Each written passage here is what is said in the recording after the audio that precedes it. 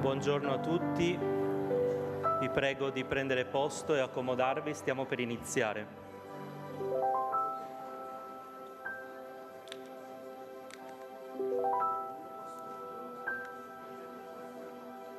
C'è il tuo nome e cognome?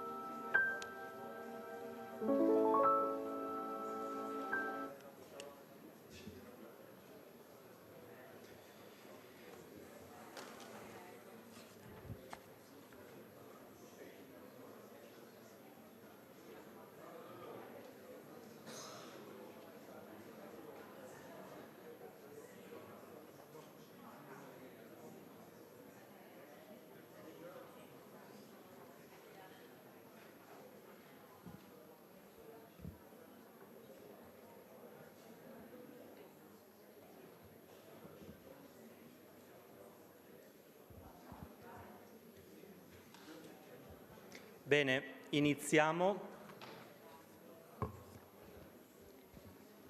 Innanzitutto buon pomeriggio a tutti, Eminenza, Eccellenza, Autorità.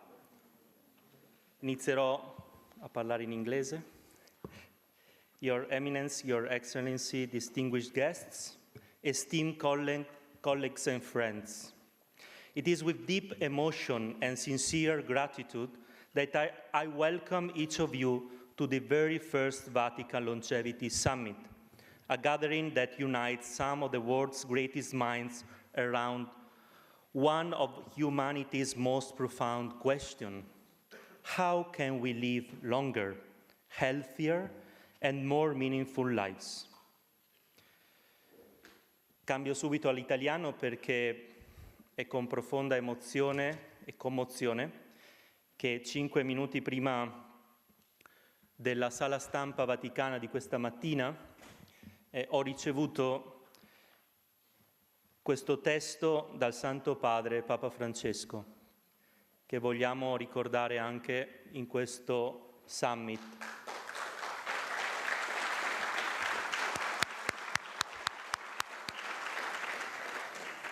Il testo del Papa dice così: in occasione dell'incontro sulla longevità promosso da codesto istituto sul tema Sfidare l'orologio del tempo, il Sommo Pontefice invia agli organizzatori, ai relatori e ai partecipanti tutti il benaugurale saluto, auspicando che l'evento susciti rinnovata attenzione agli anziani, la cui preziosa testimonianza rappresenta una ricchezza per la Chiesa e per la società.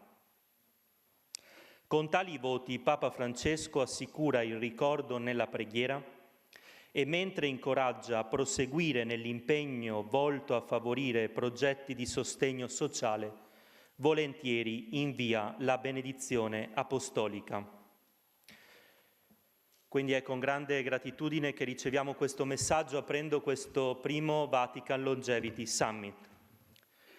This event is the realization of a dream that began last year, a dream of Viviana Kazam. Viviana, a visionary, an intellectual, and above all, a friend, inspired me from the very beginning. Over the years, we collaborate in a numerous thought-provoking initiatives she brought to life. For example, the project like Cinema and the Brain, Cervello e Cinema a Milano e a Roma, or Ha un sesso il cervello, Does the Brain Have a Sex? And many others that bridges together neuroscience, society, and ethics. Last year, after the remarkable success of the first Milan Longevity Summit, Viviana called me and said, with her usual spark, why don't we do something in the Vatican? That simple, that daring question set this dream in motion. Today, that dream becomes reality. Viviana, I know we are watching us from above, and from the deepest of my heart, I dedicate this first Vatican Longevity Summit to her. Marilena and Alexis, we did it. Thank you for your support. This summit is not only historic in location, the eternal city, Rome, but also in a purpose. As we gather under the support of the Pontifical Academy for Life, we do so with a shared mission to explore the science of longevity, to reflect on the ethical responsibility that comes with him, and it shaped that future of aging as a journey of dignity, vitality, and hope. We are deeply honored to be hosted by the Pontifical Academy for Life, whose voice and vision have long guided the Church engagement with the challenges of modern science. I extend my heartfelt thanks to the President, Monsignor Vincenzo Paglia, for his leadership, presence, and unwavering support. And I also wish to express my deepest gratitude to His Eminence, Cardinal Pietro Parolin, Secretary of State of His Holiness, for joining us and opening this summit. With his institutional greetings, thank you so much for being here. Your Eminence, your presence here means so much for all of us in this very special moment of the Church history and the world's history. Thank you so much. The floor is yours.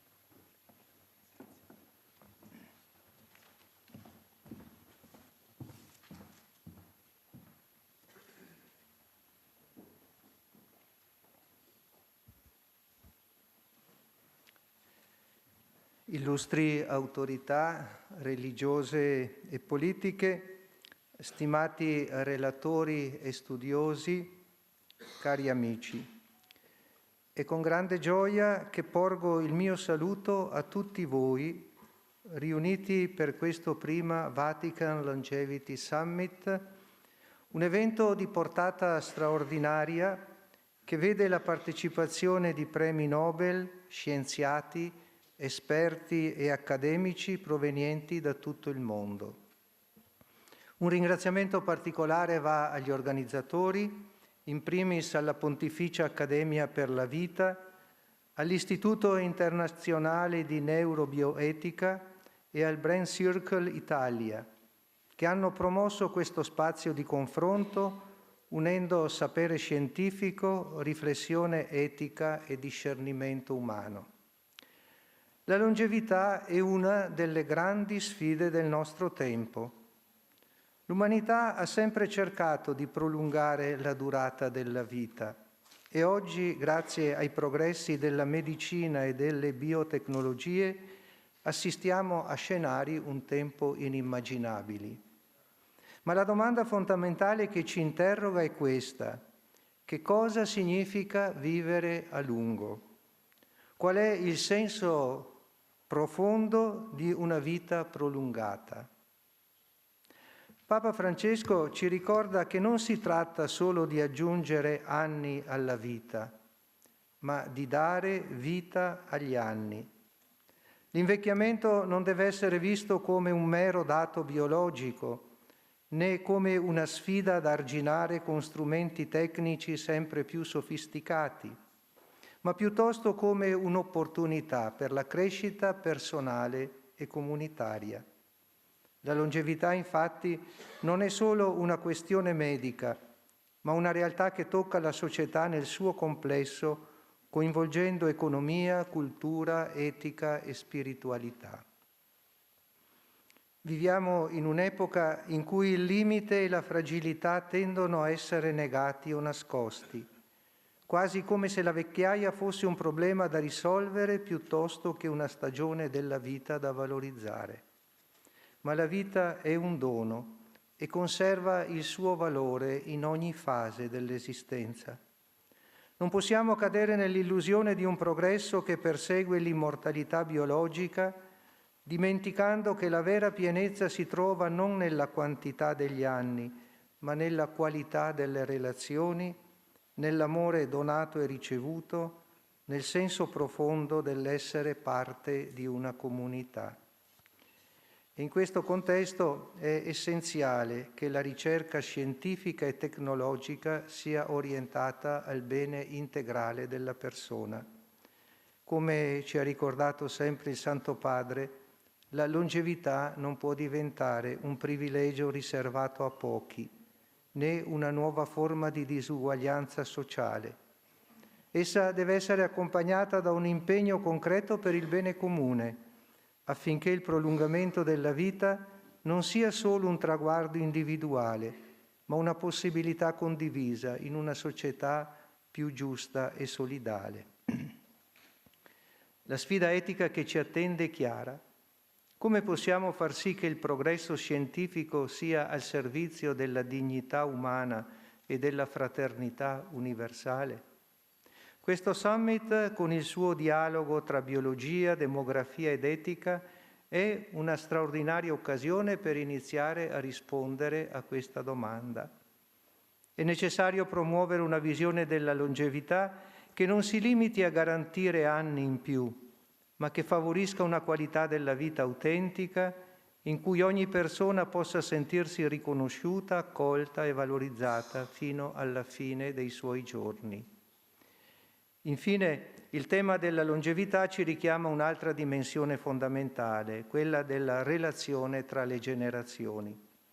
In un mondo che corre sempre più veloce, il rischio è che gli anziani vengano lasciati ai margini, considerati un peso piuttosto che una risorsa.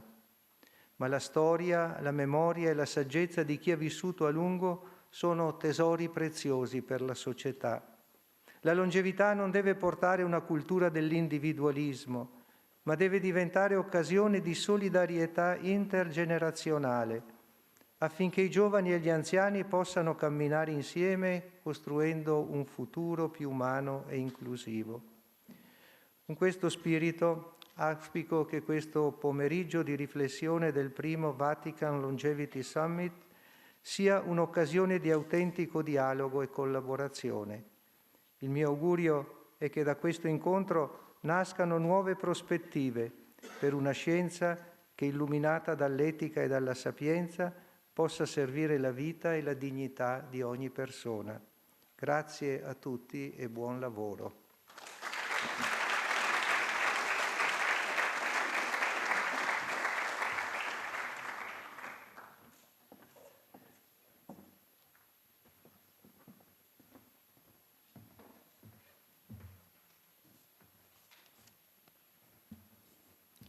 Thank you so much, grazie Eminenza.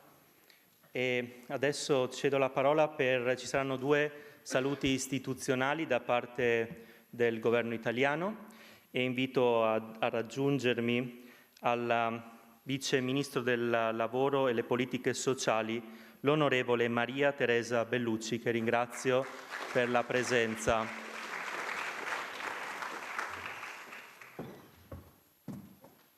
No, eccola qua.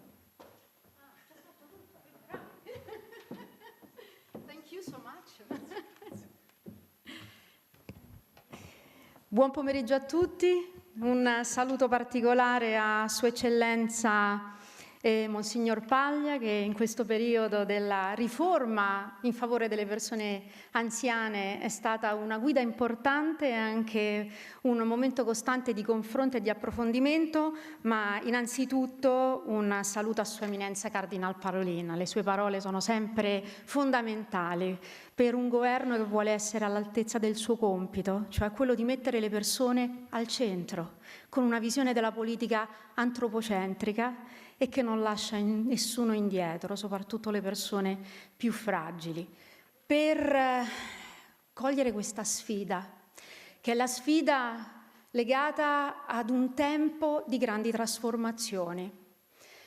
E su queste grandi trasformazioni devo dire che spesso si sente parlare a livello istituzionale delle trasformazioni tecnologiche, delle trasformazioni nell'ambito ambientale, ecologico, meno si sente parlare delle trasformazioni, delle transizioni demografiche.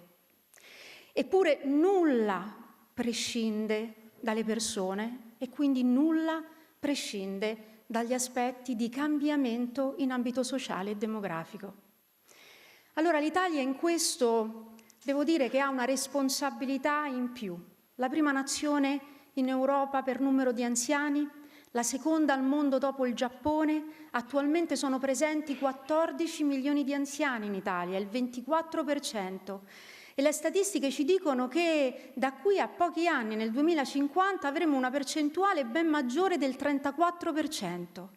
Attualmente in Italia ci sono oltre 21.000 centenari e nel 2050 ve ne saranno 78.000.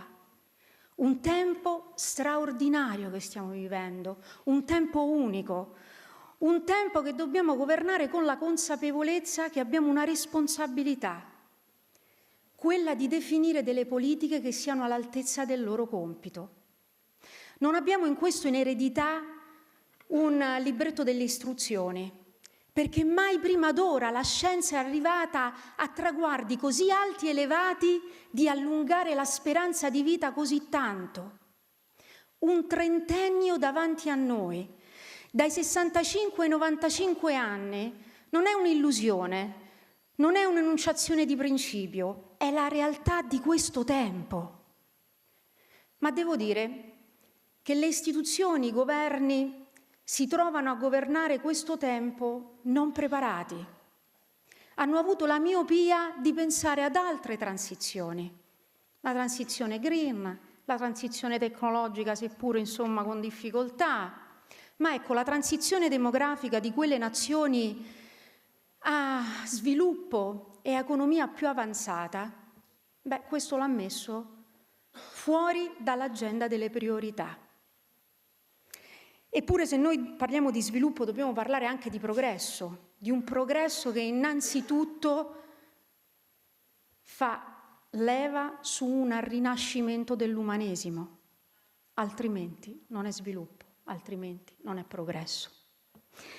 E allora l'agenda di questo governo, del governo Meloni, ha messo tra le proprie priorità la sostenibilità di un invecchiamento sano, di un invecchiamento che possa accompagnare le persone in questa lunga stagione che è caratterizzata da una cultura della prevenzione sempre più importante e imponente, in cui la scienza viene messa a servizio delle persone, fino ad arrivare a scongiurare la non autosufficienza il più possibile, perché nessuno resti solo. Ecco, una priorità di questo governo è stata quella di avviare la prima riforma in favore della terza età.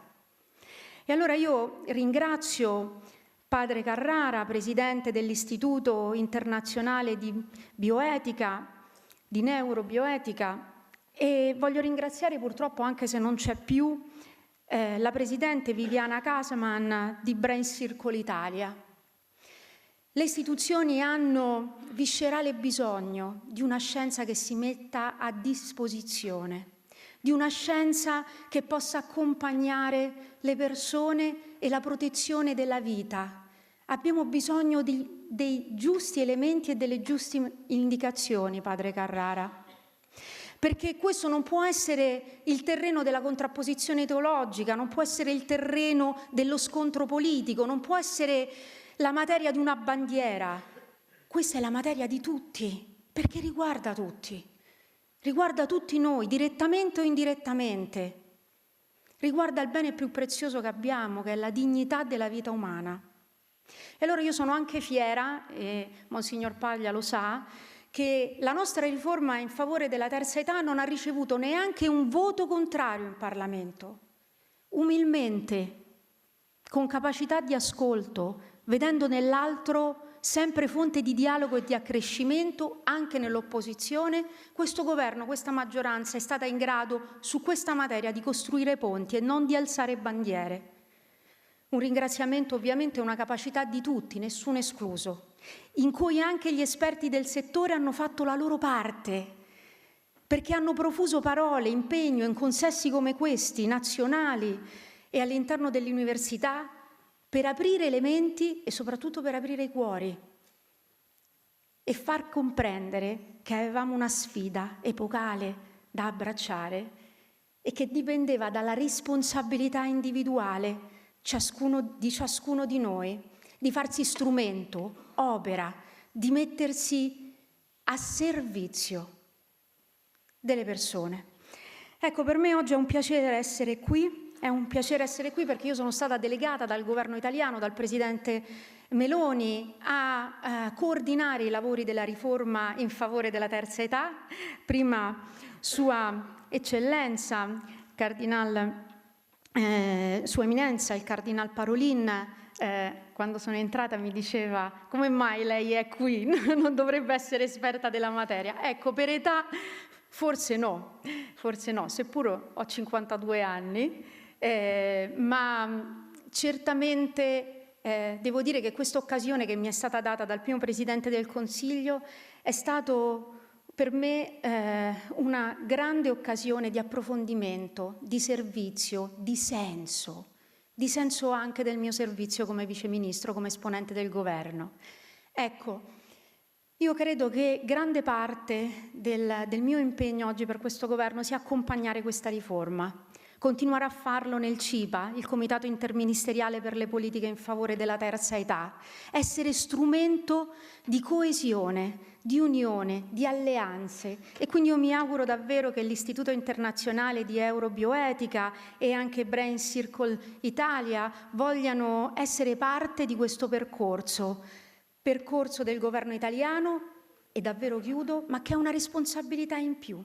Proprio perché l'Italia è la prima nazione in Europa per numero di anziani, proprio perché noi facciamo parte di quell'Occidente avanzato, con delle profondi radici giudaico-cristiane, abbiamo una responsabilità in più, quella di essere modello e apripista per altre nazioni a economia avanzata.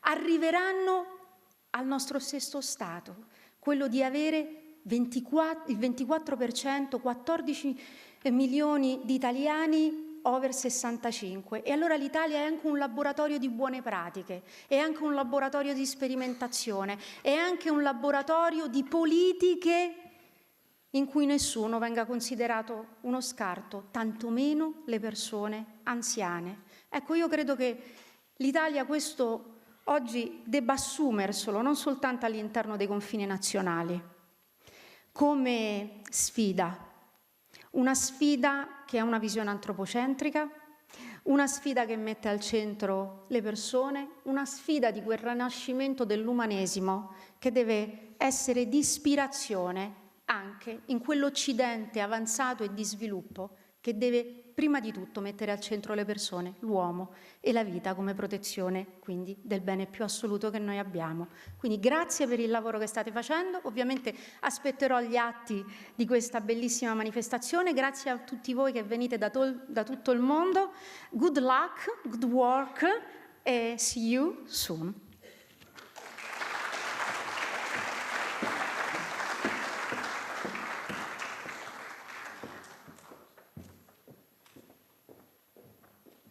Grazie al Vice Ministro del Lavoro e adesso con grande gioia che lascio la parola per l'altro saluto istituzionale all'onorevole senatore Alessio Gutti, che è il sottosegretario alla Presidenza del Consiglio dei Ministri con delega all'innovazione. Grazie per essere qui.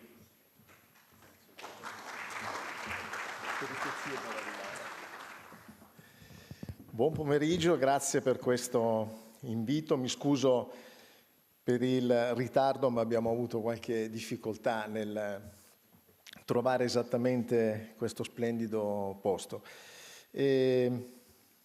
Noi sappiamo che l'essere umano si misura fin dall'antichità con quello che è la sfida della longevità. Ogni cultura, ogni religione ha i suoi esempi, i suoi miti sulla longevità e sulla immortalità.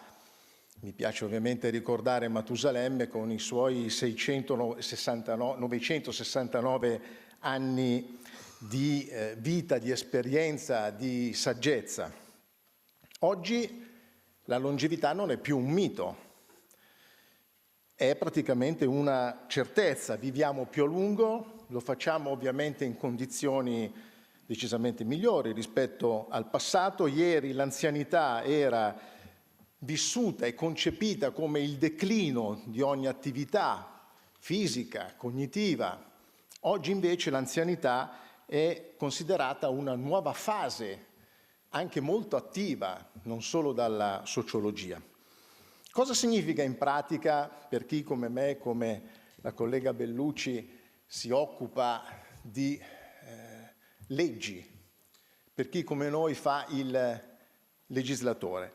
Significa innanzitutto che c'è un nuovo modello sociale e questo nuovo modello sociale deve necessariamente contemplare quello che è lo sviluppo tecnologico in corso, che è straordinario e che non è sempre negativo. Io non condivido quella visione distopica per cui tutto ciò che è innovazione tecnologica è qualcosa di negativo. Anzi, dovremmo considerare l'innovazione tecnologica, in particolare l'intelligenza artificiale e tutte le tecnologie di frontiera, come una sorella per cercare di vivere meglio, anche spiritualmente, e poi vi spiego perché. Quindi la tecnologia è una straordinaria potenza per l'innovazione sociale. Ci sono alcuni messaggi che vorrei dare, anche per raccontare sinteticamente quello che sta facendo il governo al cospetto di questo nuovo fenomeno molto positivo che è la longevità. E il primo è ad esempio nella salute pubblica, che è forse il settore dove maggiormente riscontriamo questo rapporto biunivoco estremamente positivo tra tecnologia e longevità. Noi sappiamo che la tecnologia ci consente di intervenire in tema di prevenzione. Lo vedremo anche sinteticamente quello che stiamo facendo in materia di prevenzione e voi comprendete che anticipare soprattutto i problemi della cronicità e consentire al medico di anticipare quello che può essere semplicemente un sintomo e quindi aggiustare, customizzare nel modo migliore quelle che sono le terapie è oggettivamente importantissimo, soprattutto per la terza età. Quello che noi stiamo facendo, ad esempio, perché è un fenomeno che interessa prevalentemente la terza età, è quello di intervenire sulla riduzione delle liste d'attesa e del no-show, che è un fenomeno ovviamente odioso.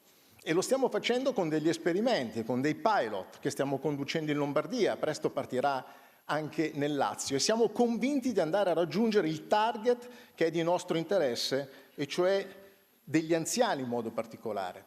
Così come stiamo lavorando intensamente sul fascicolo sanitario elettronico che va a cambiare completamente quella che è la dinamica, il rapporto tra il medico e il paziente e nella stragrande maggioranza dei casi il paziente è anziano.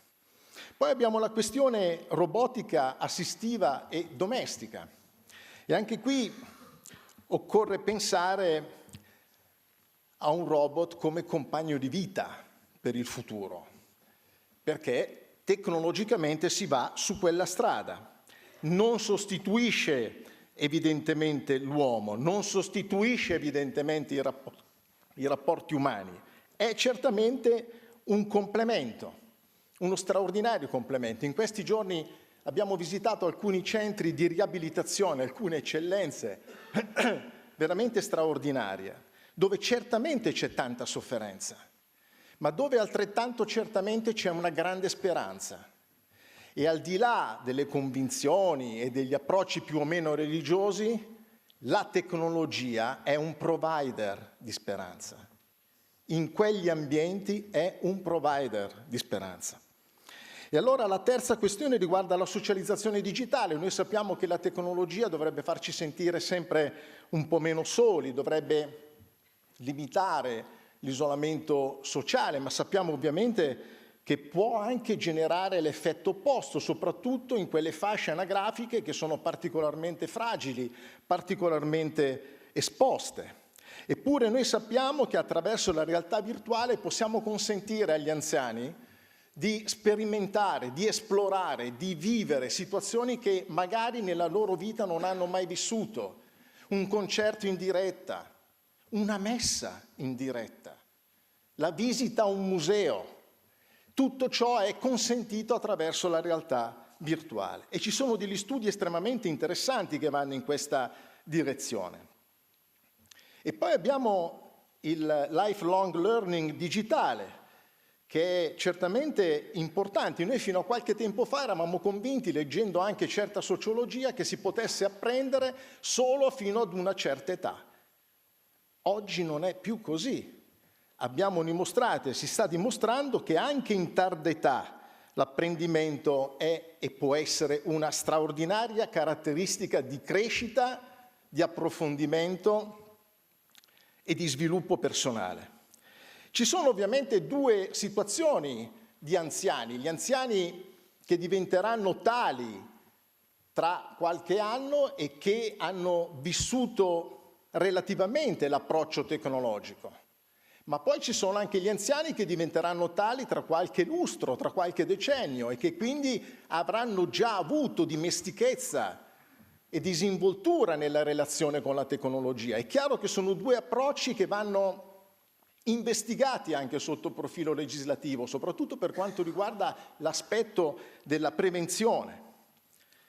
E poi abbiamo la trasformazione della mobilità, delle città.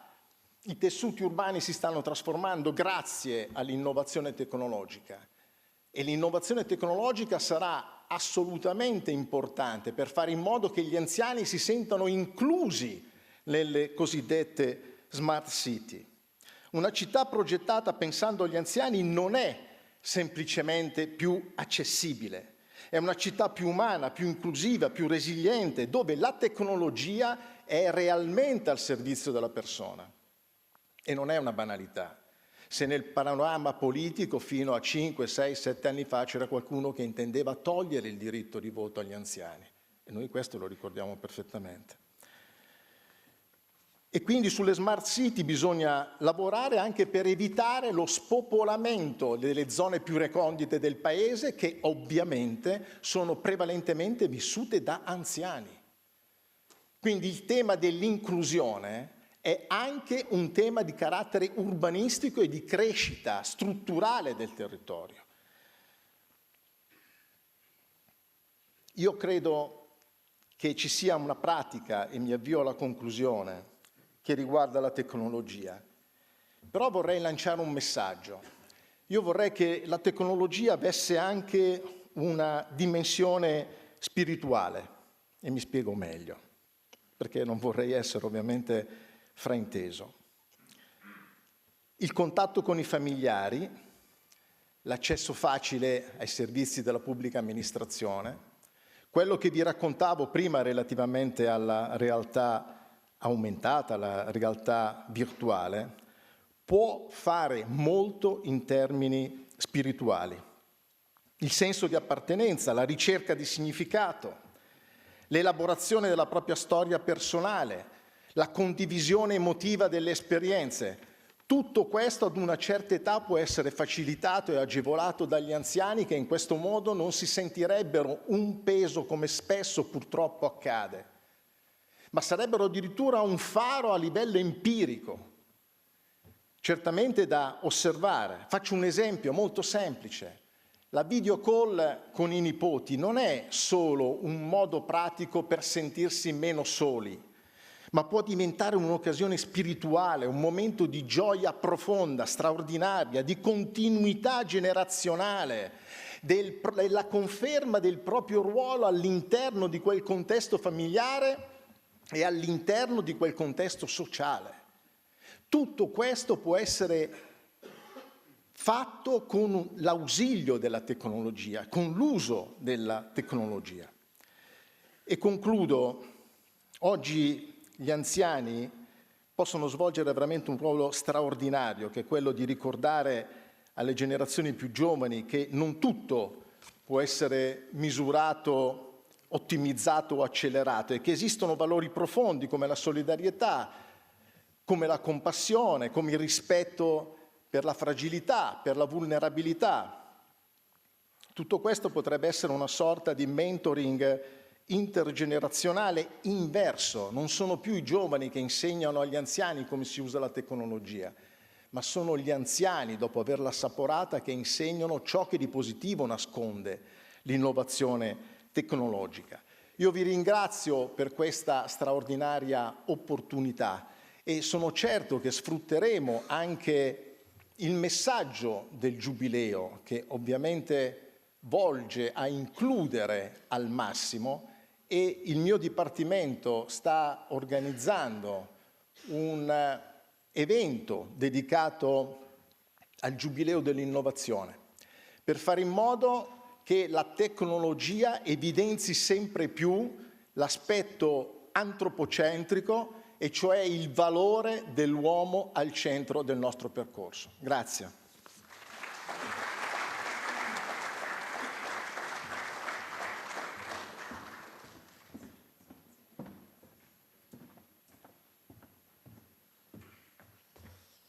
Bene, grazie. Invito ora ad accompagnarmi qui Monsignor Vincenzo Paglia e il neurochirurgo Giulio Maira.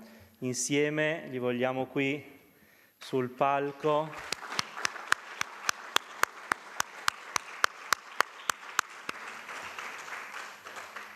Poi loro decideranno se parlare dal podio o lì seduti, ma li volevo insieme qui, innanzitutto per ringraziarli. E adesso dirigerà il primo intervento Monsignor Paglia.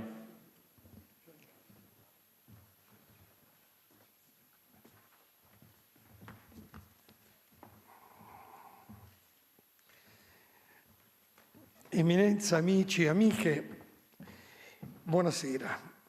Io volentieri ho dato il patrocinio a questo primo Vatican Longevity Summit. Padre Carrara è membro della Pontificia Accademia per la Vita. Il tema, lo abbiamo già ascoltato, è particolarmente importante. Alcuni studiosi considerano il XXI secolo come il secolo della vecchiaia.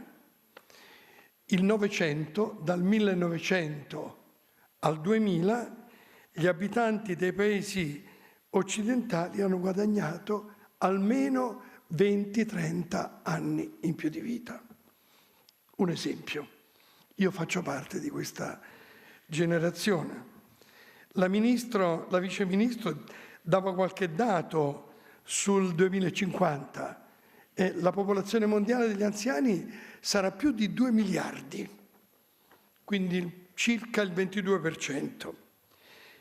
Non c'è dubbio che sia una conquista dell'umanità.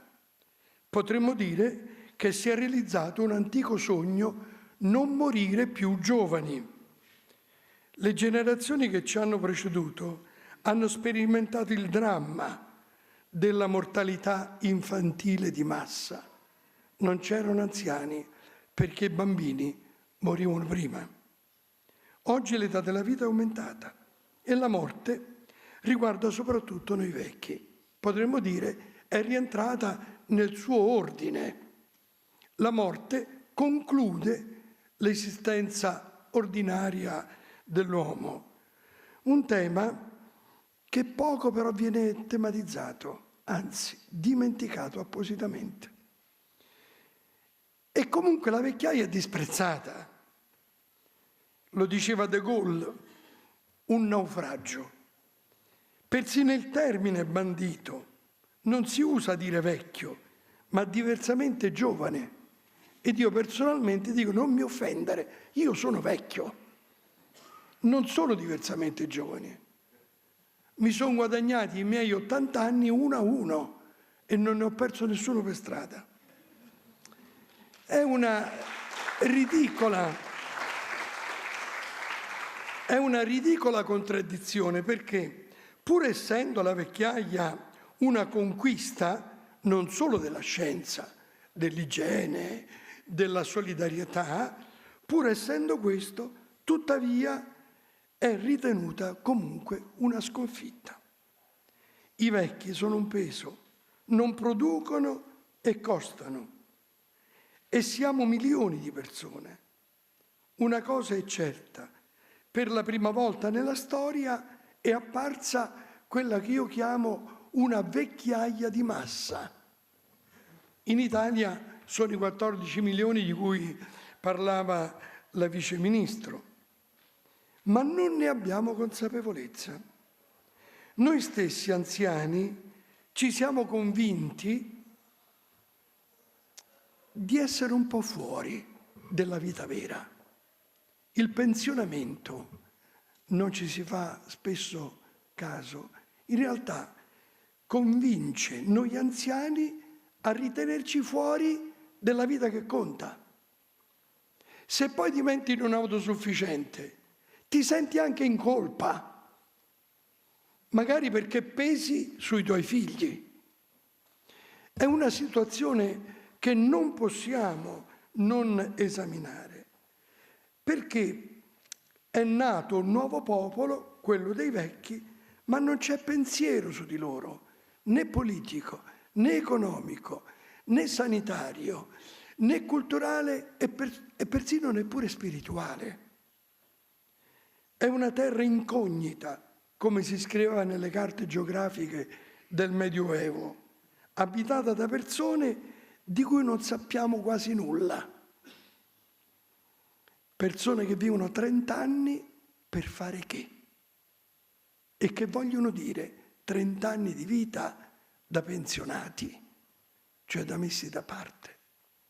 La vecchiaia di oggi, io credo invece, è un'età da inventare se non vogliamo andare incontro a disastri sotto tutti i punti di vista. Questo nostro stesso incontro di questa sera, di questi giorni, ne è testimonianza.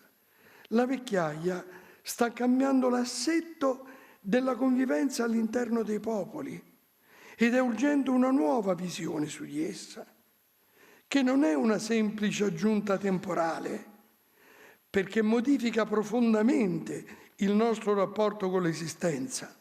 Pensate, per la prima volta nella storia, oggi convivono assieme almeno 4 generazioni. Noi continuiamo a parlare di terza età, in realtà non è più così. Bambini, giovani, adulti e anziani. Quantomeno è nato, come io amo dire, un palazzo a 4 piani, con un problema, che il pian terreno comincia ad essere un po' rarefatto. E non è che regga molto bene, ma quel che preoccupa di più è che tra i piani di questo palazzo non ci sono né ascensori né scale. È la tremenda incomunicabilità tra le generazioni. Ecco perché una riflessione attenta è indispensabile, anche perché una cultura generale ci costringe ad un pensiero individualista, ossia ciascuno è condannato a farsi da sé, a pensare da sé, a vivere per sé. L'io, prevalendo sul noi, porta ciascuno di noi ad essere solo. Qualcuno poi dice a sentirsi unici.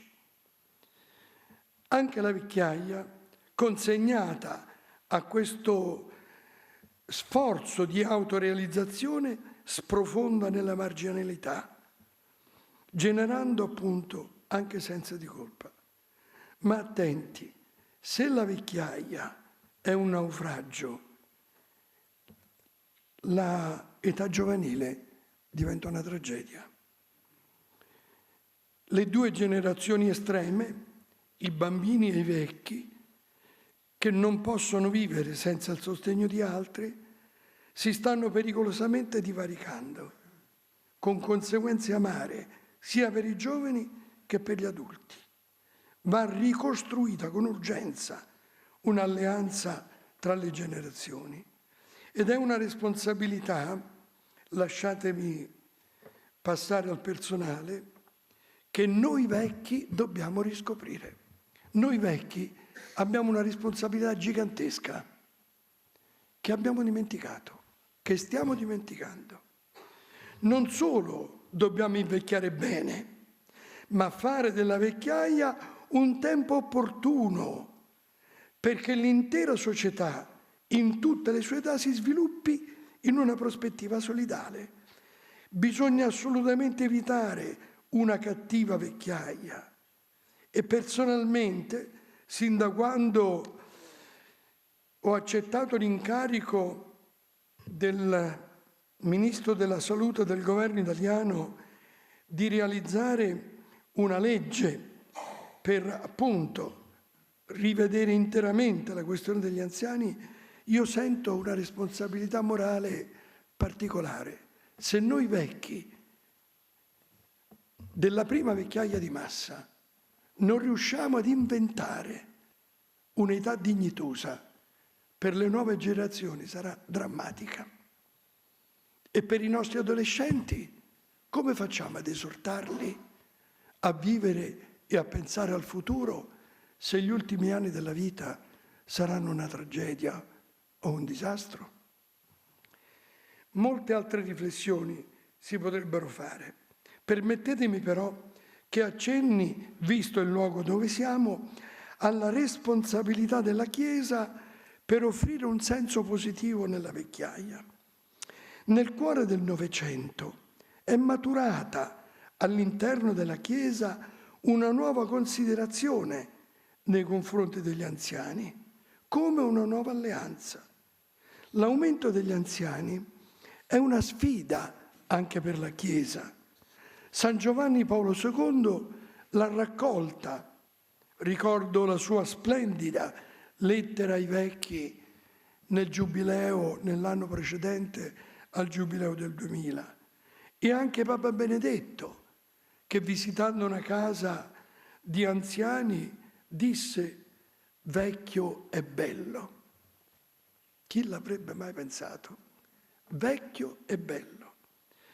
Papa Francesco ha come per la prima volta proposto una visione cristiana della vecchiaia. Non solo ha istituito un'apposita festa liturgica per celebrare i nonni. L'ONU ha una giornata per gli anziani ad ottobre. Papa Francesco alla fine di luglio unisce i nonni, come a indicare una alleanza tra le due estreme età della vita, le più fragili. Le unisce.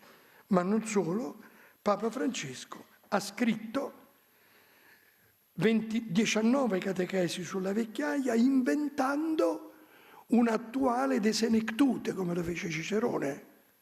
Come i cristiani, e non solo, debbono vivere 30 anni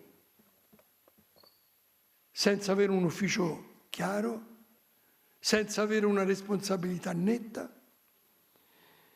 In questo senso la vecchiaia, lo diceva già il grande teologo Romano Guardini, è un tempo straordinario, anche perché per statuto è quella che conduce verso l'eterno, verso il compimento, verso la destinazione.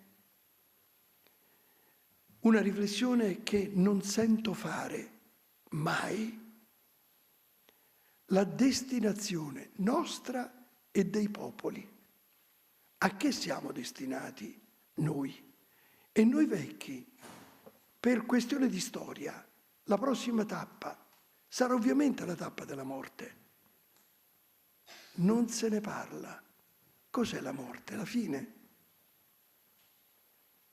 È una domanda che io credo dobbiamo farci, anche perché mi rivolgo agli scienziati, il rischio di, anche attraverso le nuove tecnologie, del miraggio sulla immortalità è un rischio che alcuni già accarezzano, con un'illusione gigantesca, ovviamente.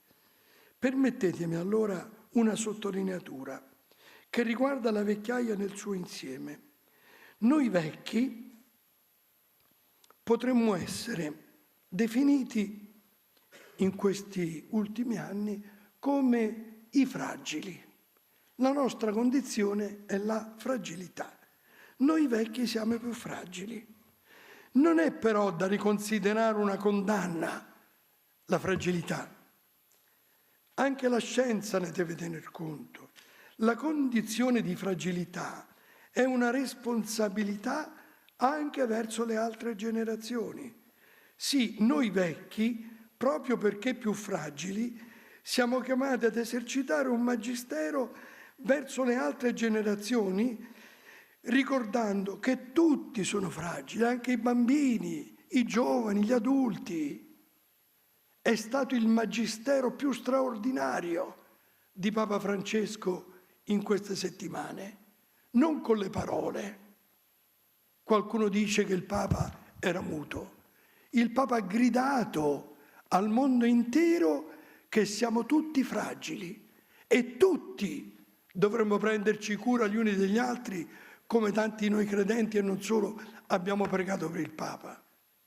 Questo deve essere rivolto a tutti gli anziani, a quelli che dimentichiamo, a quelli che la società scarta.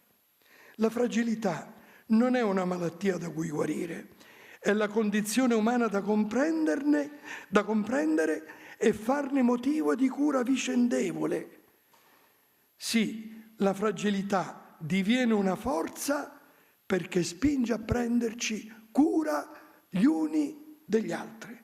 L'individualismo è bandito, come è bandito il prometeismo o anche il narcisismo.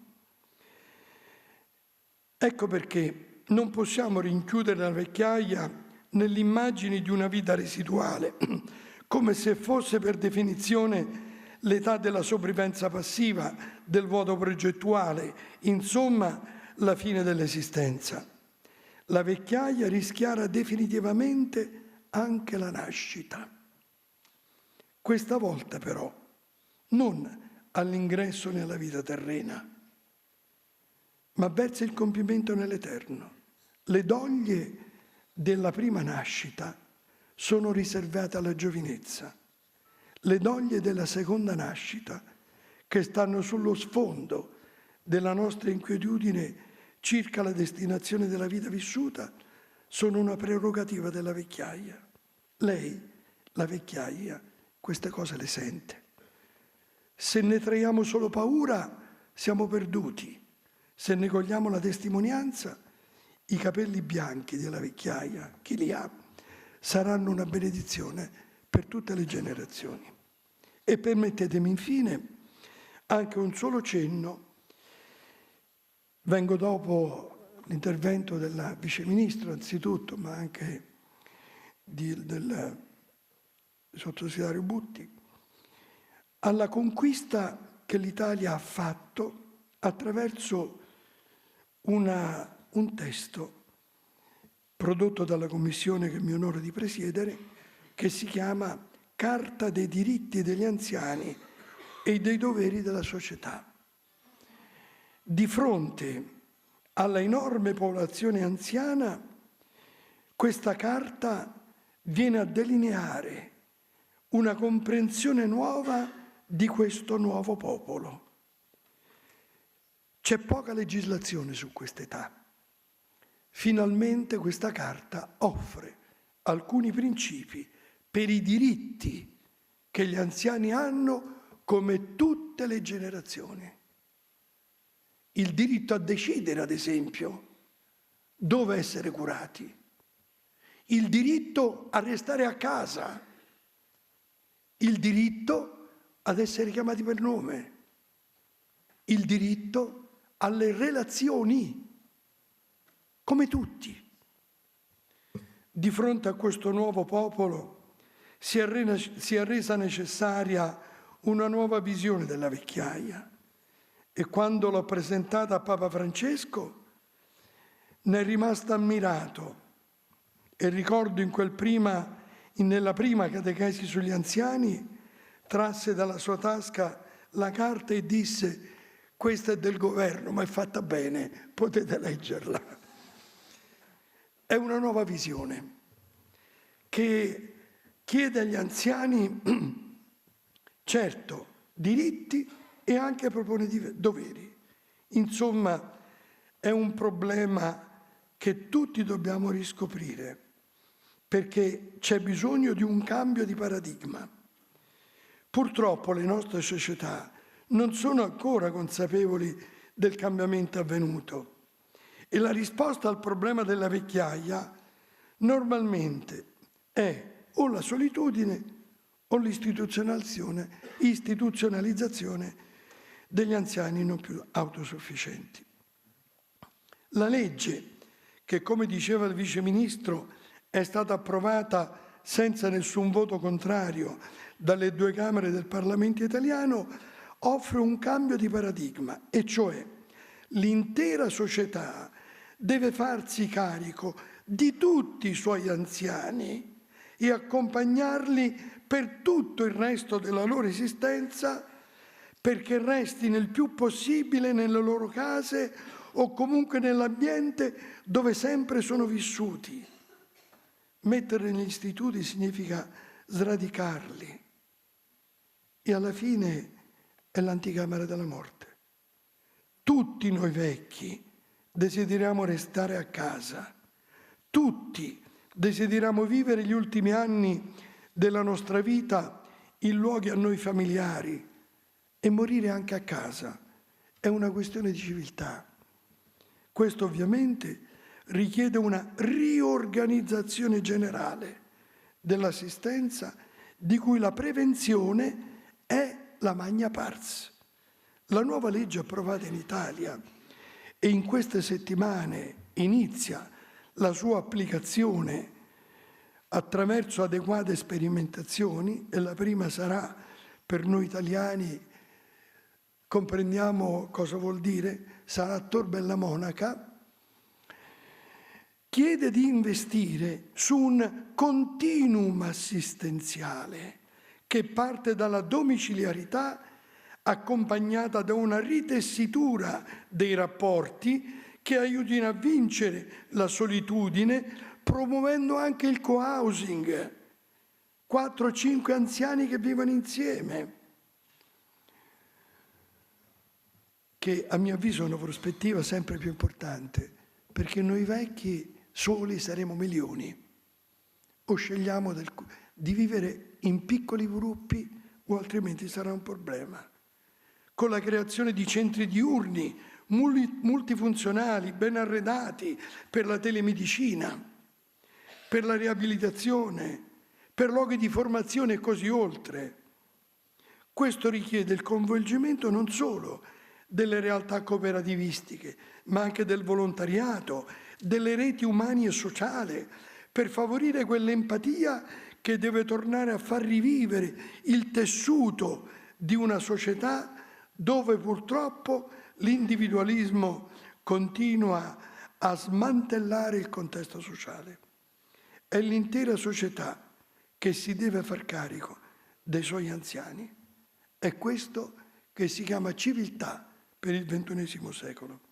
Questa carta, e mi avvio alla conclusione, unica per ora nel suo genere, costituisce un'efficace base per promuovere una riflessione più approfondita e anche promuovere proposte innovative che rispondano ai crescenti e non più rinviabili bisogni delle persone anziane. Tale carta è tradotta ora in molte lingue del mondo. La Fondazione Età Grande, un'emanazione della Pontificia Accademia per la Vita, sta promuovendo la conoscenza ovunque nel mondo. L'OMS Europa l'ha già presa come suo testo di riferimento. La Lega Araba ha chiesto che fosse presentata agli Stati arabi. Gli Stati africani la stanno chiedendo e tutti siamo concordi perché si sviluppi una cultura adeguata che onori, come scrive il quarto comandamento della Bibbia, i propri anziani. Onorare i propri anziani, altro che scartarli. È una sfida che comunico anche a questa Assemblea, che si impegna anche sul piano scientifico a promuovere un'attenzione nuova alla longevità.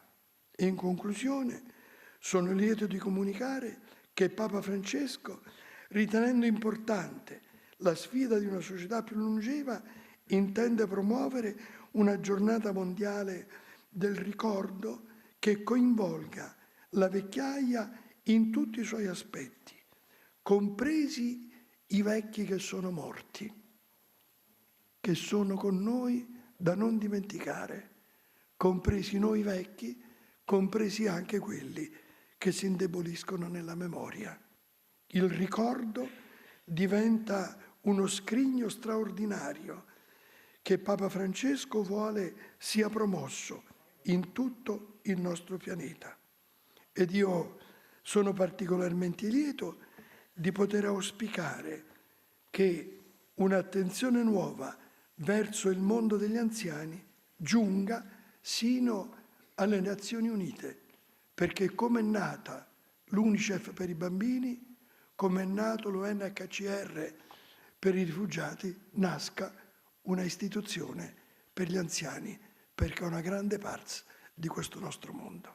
Grazie.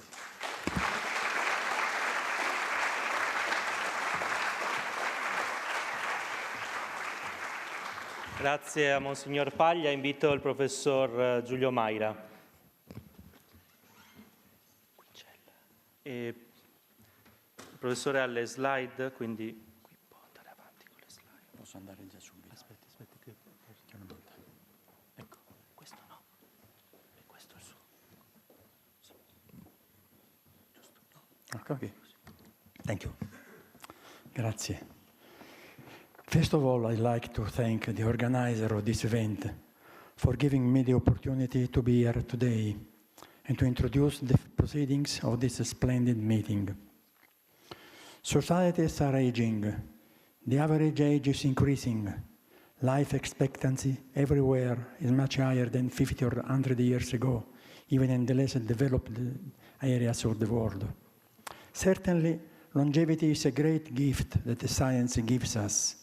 If we live longer, it is because, thanks to scientific discoveries and technological evolutions, we age better, overcoming the pitfalls of life. During this interesting symposium, we will hear how, in some of the most extraordinary laboratories in the world, scientists are working strenuously to ensure us an even longer life for humanity. Unfortunately, senescence is the most evident expression of our fragility, and currently, compared to the longevity that we are proud of, the duration of a healthy life is not advancing at the same rate. A UN report stated, aging population, we are living longer lives, but are we healthier? In Italy, for example, life expectancy is around 81 for males and 85 for females. But the healthy life expectancy is 75 and 77, with a reduction of 6 and 8 years, respectively. Improving this data would mean obtaining a great advantage in health, but also significant improvement in the economic sustainability of the national health system. Science tells us that preventing diseases is more effective and less expensive than curing them when the pathology is clearly manifested.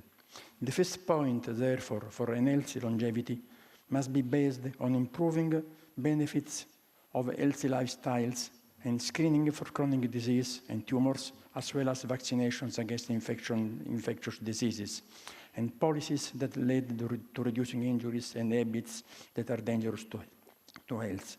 But prevention also requires a social policies act in order to reduce poverty and lack of education, which are relevant risk factors for all preventable diseases. The goal to reach in the near future must be a reduction of at least 50% of chronic diseases and 70% of tumors. If this result is achieved, the concept of prevention will be associated with that of the economic investment. The second point I want to highlight is longevity in women, first making some consideration on gender medicine. Males and females get sick differently. Therefore, for each disease, from heart attack to rheumatoid arthritis or Alzheimer's disease, it is necessary to know how it presents itself, evolves, and responds to therapies, not only in men but also in women.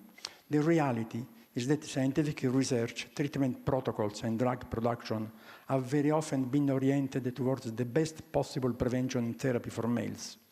In a gender-equal medicine, it is important to create a culture that allows women to overcome the gap that has penalized them for so many years. Gender medicine is an important aspect of longevity. Women live longer than men, but they pay this increase in longevity with a worse health. The data provided by the World Economic Forum is thought-provoking. Women spend 25% more of their lives in poor health compared to men.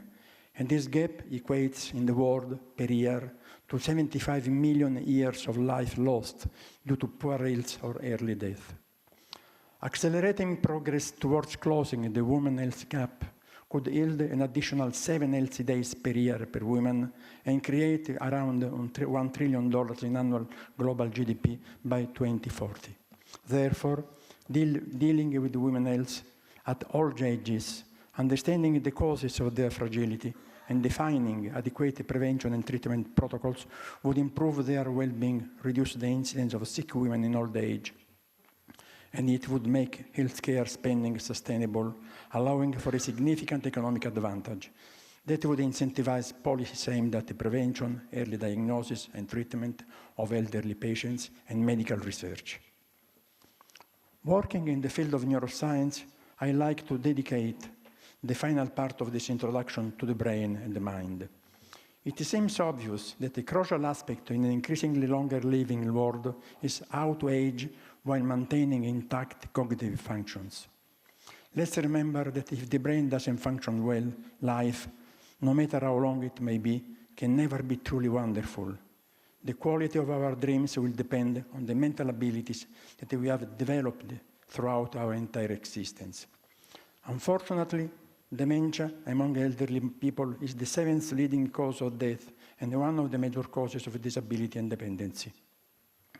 According to WHO, currently more than 55 million people have dementia worldwide, and every year there are nearly 10 million new cases. In 2022, 4% of adults aged 65 and older were diagnosed with dementia, and the percentage increases with age, up to 13.1% in individuals 85 and older. These percentages decreased with the rising education level, from 7.9% in individuals who didn't graduate high school to 2.2% in those with a college degree or higher. In this analysis, even family income revealed to be relevant.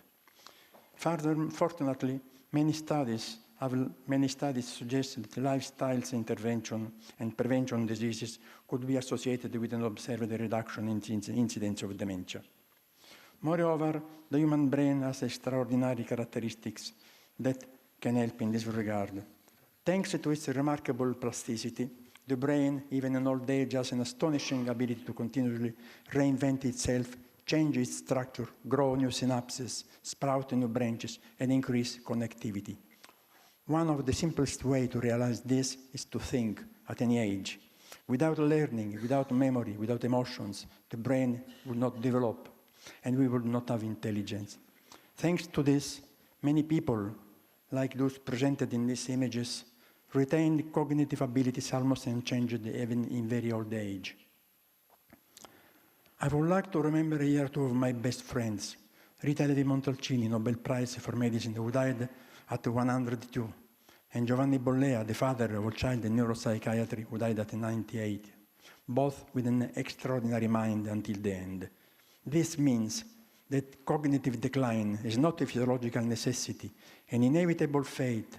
It is possible to avoid it, or at least to reduce it.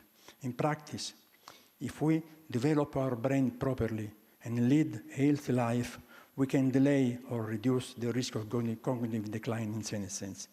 But the development of our mind is not given to us. We must earn it through study, effort, culture, and appropriate lifestyle. Or we become at 80 or 90 depends on how well we have lived our lives. The last point I want to address is related to the dissemination of scientific knowledge necessary to create an aware society. Healthy longevity deeply depends on this. For this reason, it is important to include prevention programs and correct lifestyle education in all schools, at every level, including in medical schools. Neuroscience tells us something that I consider very important. We are born with a brain that is rich in neurons. Children have more than we do as adults because they need to learn everything. This is why a child shows receptivity and creativity that are much higher than those of an adult. This extraordinary potential of children can and must be harnessed, starting from primary school, to instill important messages in their minds that will allow them to acquire healthy habits for their future and the well-being of the entire society. Among the most important educational messages I include the importance of the scientific method, to consider it as one of the most important means for the progression of knowledge.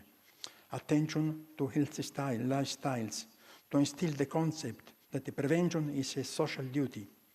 Education about the web, so they understand that this technology could influence their thoughts. Education about illegal drugs and alcohol, explaining that the happiness will not be found in getting high, but in the beauty that life has to offer.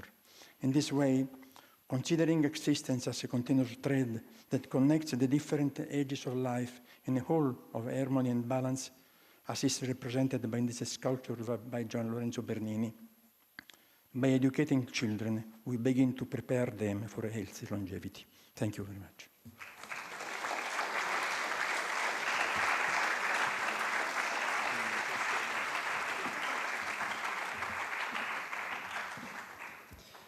Grazie. E ora, from there, we will be privileged to hear from two giants in biomedical discovery, whose contributions have reshaped the future of human health and aging. Professor Venkatram Ramakrishnan, Nobel laureate in chemistry, has illustrated one of the most fundamental mechanisms of life, the structure and function of ribosome. His discoveries have shown us that the maintenance of the ribosomal integrity is not only essential for cellular function, but also for preventing youth and at the molecular level, preserving youth at the molecular level. And Professor Shinya Yamanaka, Nobel laureate in medicine, revolutionized regenerative medicine with his discovery on iPS, induced pluripotent stem cells, by demonstrating that adult cells can be reprogrammed to return to a youthful, versatile state. He offered science an astonishing possibility, the reversal of cellular aging. So thank you very much for being here with us. First of all, Professor Ramakrishnan will give us a great introduction and his understanding of the topic of aging. And after that, Professor Yamanaka will explain us his revolutionary technology. Thank you very much for being here.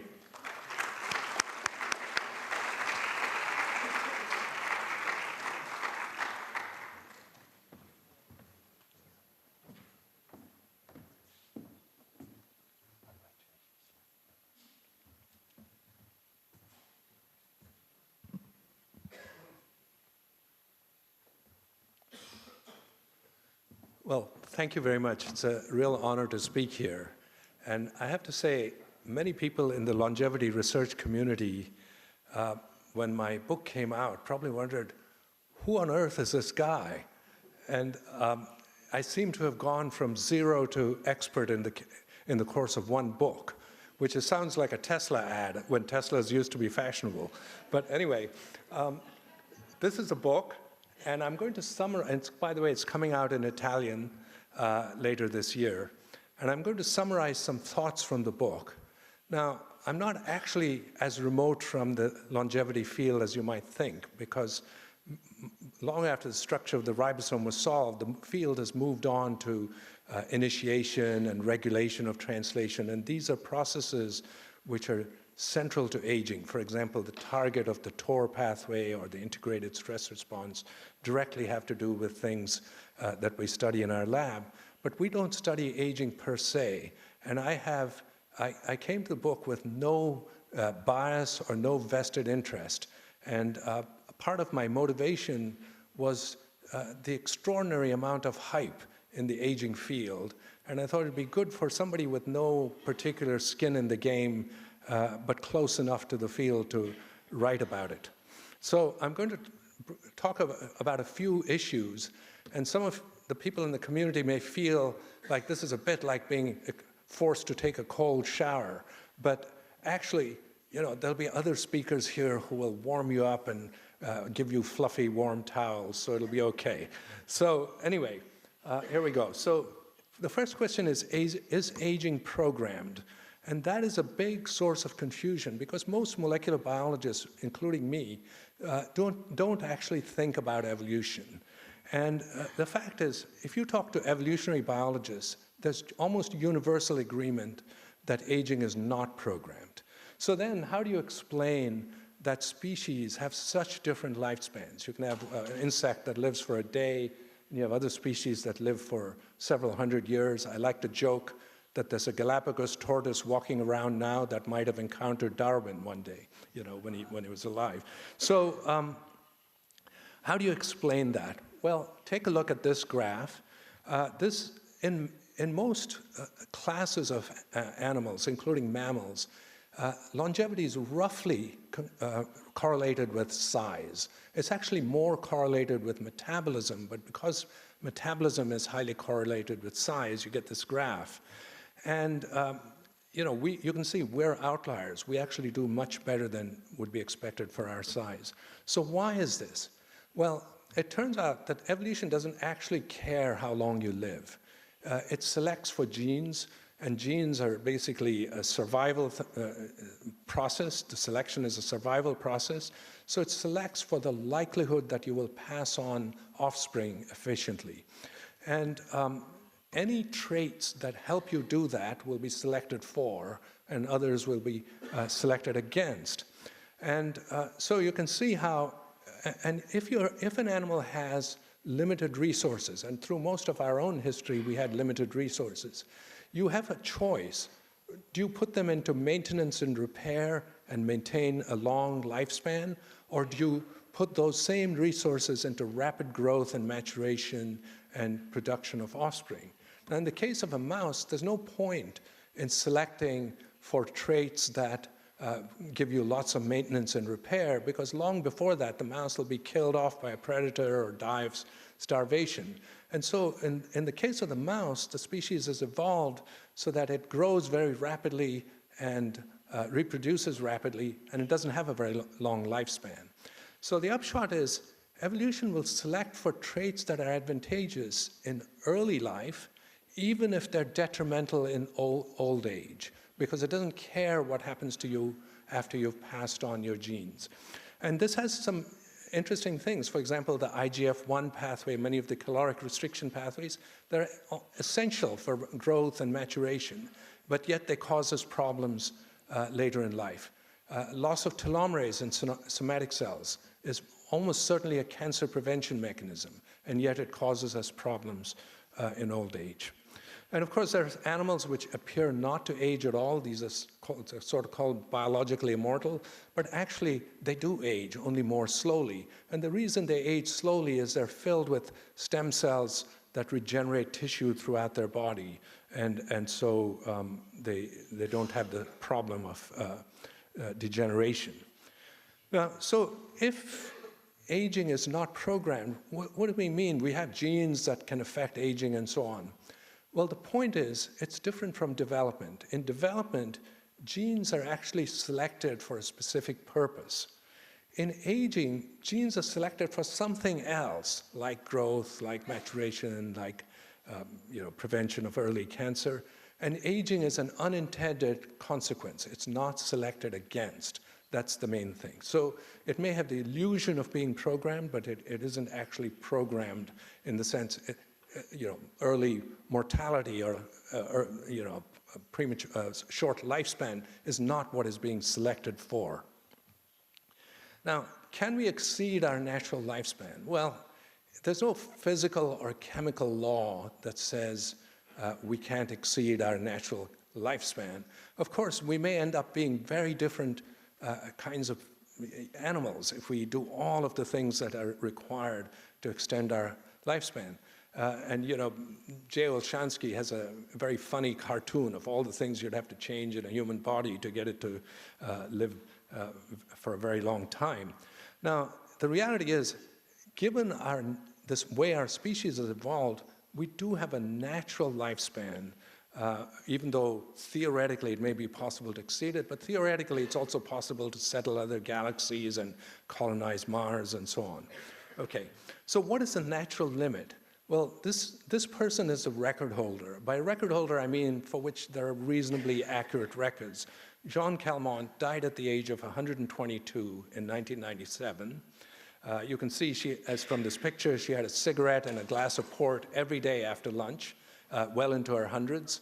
It's not something any of us would recommend as a recipe for longevity. But she also had 2.5 pounds, a kilo of chocolate a week, which I could get behind. Now, nobody else has lived past 120, even in the 30 years that have elapsed since Jeanne Calment died. And the fact is, the number of centenarians has been growing steadily over the last few decades.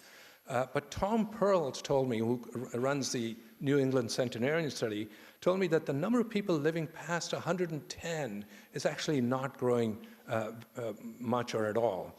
And this suggests that beyond 110 or so, we're hitting some natural limit of our species.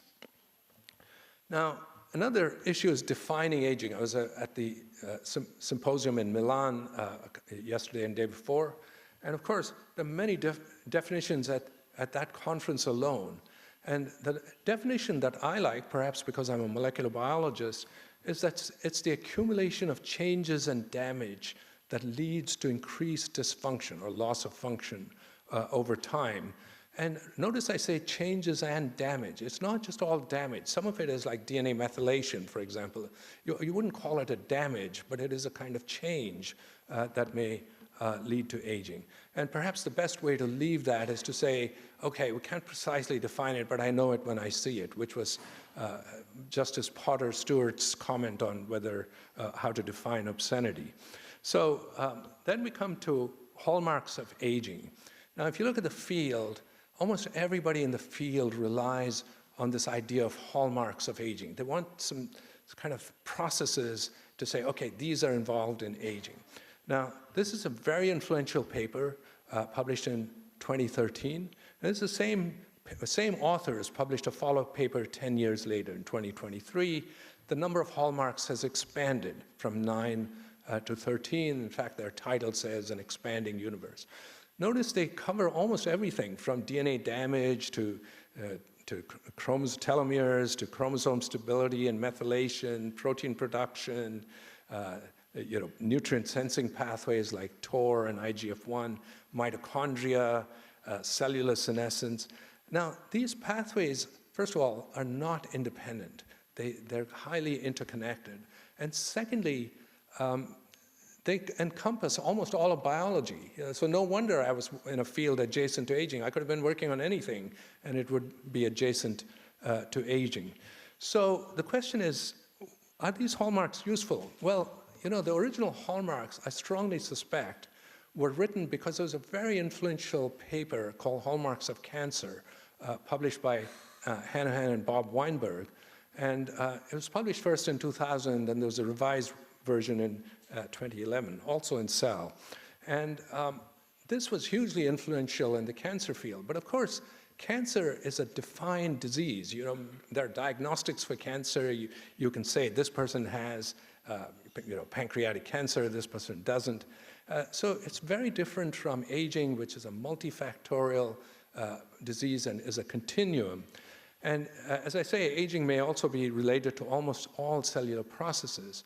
Nevertheless, I can see from the community that it is a useful framework, and people often work on one or the other of these hallmarks. Now, why are we all here? We've heard lots of talks about this, including the introduction, so I'm not going to belabor the point.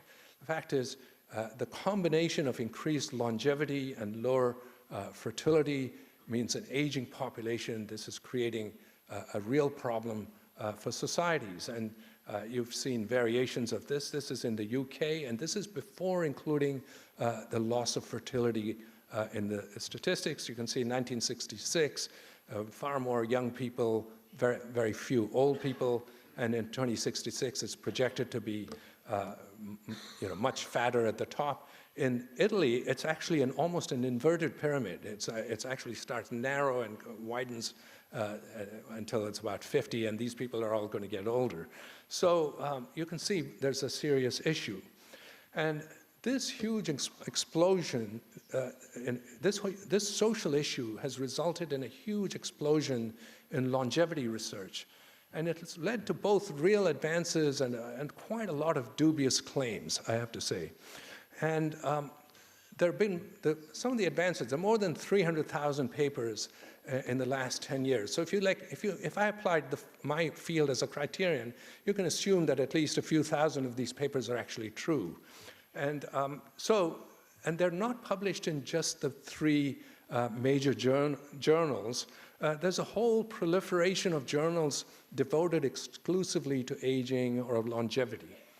Now, of course, along with that, there's a huge number of startups. There's 700 startups with many billions invested. I'm afraid I couldn't fit 700 companies here, so if your company is not on this slide, my apologies. But anyway, what this is doing also is the amount of money in the field, a lot of it from private actors, many from tech billionaires, has the ability to distort priorities and the field. And so we need to be careful about that. And of course, this is provided to me by Tom Check, who's written a very nice book on RNA, a popular book called The Catalyst. And of course, you can lengthen your telomeres. If you go to Amazon.com, there's lots of things you can buy to lengthen your telomeres. No FDA approval is required for food supplements. There are no clinical trials. Many of these things apply to many other things recommended for longevity. Now, another question is aging a disease? Okay, longevity researchers would love to treat aging as a disease. And the reason is that it's much easier to do clinical trials if you have a disease target, and you can get approval and so on. And but of course, the WHO and most of the time, mostly the FDA has not agreed that aging is a disease.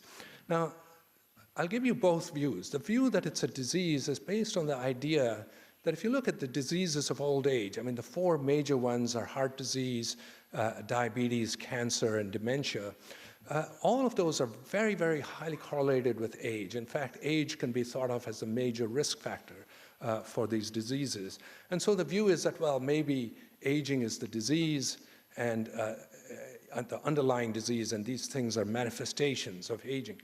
But the reality is, young people get cancer, young people can also get diabetes, you can have early dementia. So, it's not entirely analogous.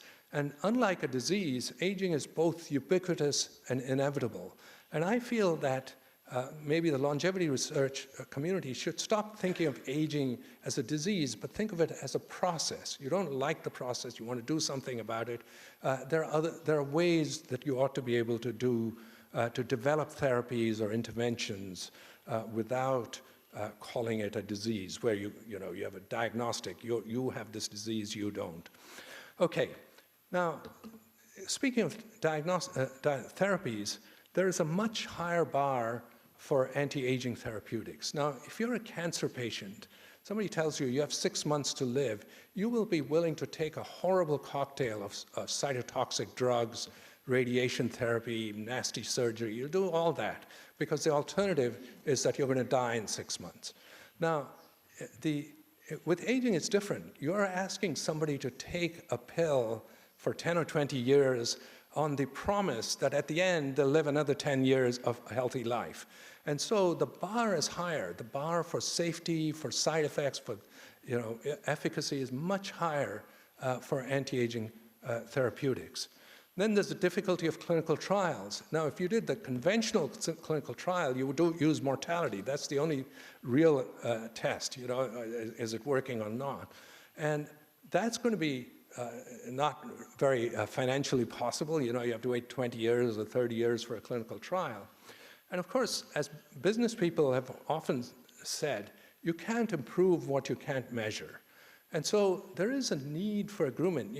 They need to have proper criteria for biological clocks or markers of aging. And there's quite a lot of disagreement. People tend to like their own clock. The methylation people, DNA methylation people like their clock. The protein glycosylation people like theirs. And the proteomics people like theirs. So what you have to do is really what the community needs to do is come together and agree on a panel and say, okay, these are all the criteria that we're going to use. Each criterion will measure something that's slightly different. At the Milan, we heard how a telomere clock doesn't actually correlate very well with the epigenetic, the DNA methylation clock. And so we have to come to some agreement on this. And finally, I want to say, even by their own criteria, by the criteria of these markers, biological age is not a single number. Within a person, different organs have different ages. So the idea that, oh, you can take this test and this is your biological age doesn't seem like it makes much sense to me, okay?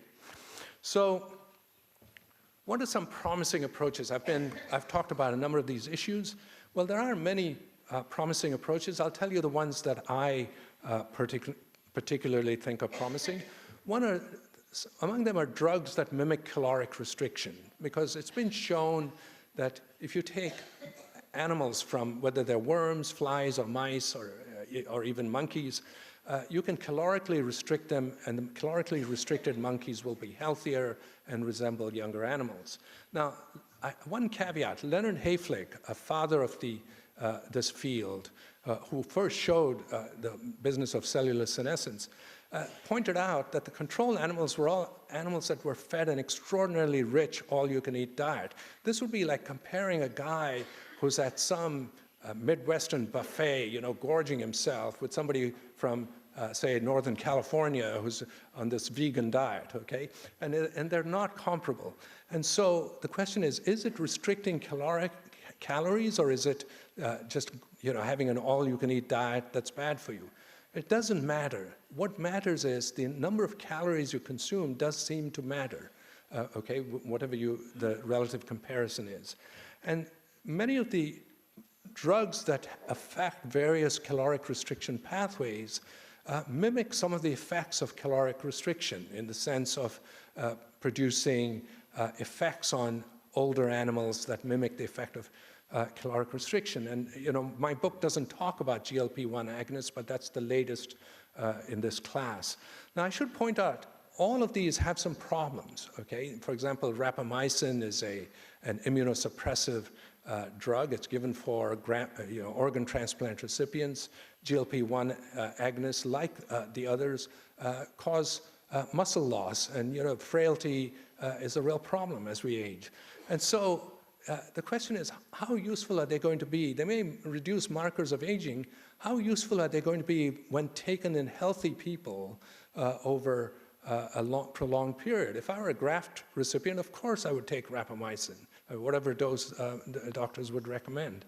So this sort of thing requires careful clinical trials, and that needs to happen before I think they're ready for prime time. But it hasn't stopped, many people in the longevity field taking them anyway. Now, targeting senescent cells, senescent cells serve an important purpose. For example, when cells get damaged or stressed, they can go into a pathway that triggers senescence, which is a state when they can no longer divide, they're no longer properly functional, secrete inflammatory compounds. But as we get older, the number of senescent cells we accumulate becomes larger, our ability to clear them declines, and we get systemic inflammation, which causes organ damage and creates more senescent cells. And so targeting senescent cells for destruction has been another useful avenue. The question is, can we do this safely? Can we do, you can't kill off all senescent cells, but can we kill them off in sufficient numbers so that it's safe and it doesn't have side effects, it doesn't kill healthy cells, etc. Now, some years ago, I think a couple of decades ago, it's actually a much older experiment. A couple of decades ago, scientists at Stanford showed that if you connected an old animal with a young animal, the young animal suffered from the old blood, and the old animal benefited from the young blood during this transfusion.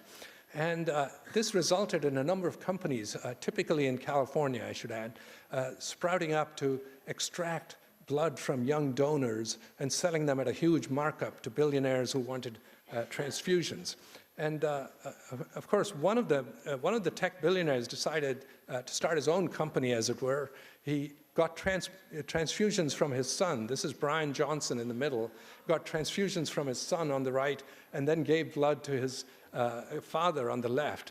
And now this is a guy who spends $2 million a year on longevity, on his own longevity. He considers himself a sort of N=1 pioneer of longevity experiments. And, but even he decided that it wasn't actually doing much, and I think he stopped doing the transplants. But it doesn't mean that this can't be a subject for research, because we do know factors in blood change, and maybe some of the factors are detrimental in old age. We need to identify them, see what they do, what is their biology, and can we use them for intervention, either by inhibiting them or doing something else. Another one is metabolite loss and supplementation, and the idea is that as we get older, our ability to make important metabolites declines, and maybe these can be restored by supplementation of micronutrients. And one of the fathers of this field was Bruce Ames, who's very famous for the Ames test. Many of you who work on biology of cancer know that the Ames test is what everybody uses for test of carcinogenesis for new compounds. Well, later in life, he became interested, not surprisingly, in longevity.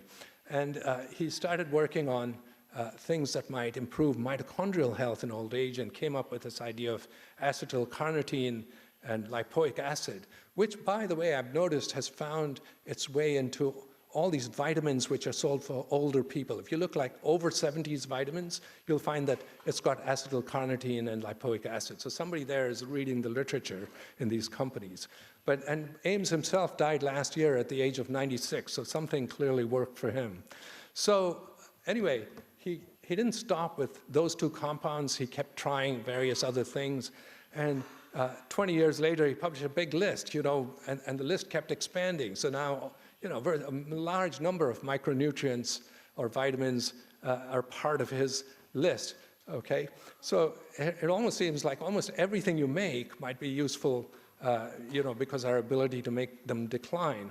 And of course, the big rage in the longevity field are these NAD precursors. Now, NAD can't be consumed by itself for various reasons, absorption and stability and so on. But two precursors of NAD, NMN and NR, are well tolerated, can be absorbed and used to make NAD in the cell. And they can restore your NAD levels to sort of levels that you had when you were younger. And animals, they've shown to slow down the loss of stem cells or muscle degeneration, but interestingly, not lifespan. And it's widely marketed. And when I wrote the book, which was two or 3 years ago, it was $300 million a year. It's expected to be over $1 billion a year by 2028, but I bet it's going to exceed that even faster. And finally, we come to an exciting area, which is going to be the subject of at least two subsequent talks, one by the person who really founded this field. And that is, as we grow from a single cell to a final animal, our cells differentiate and finally differentiate into the final tissues. And the cells that are responsible for making these are called stem cells. You'll hear a lot more about them. I'm only going to say that normally this process is one way.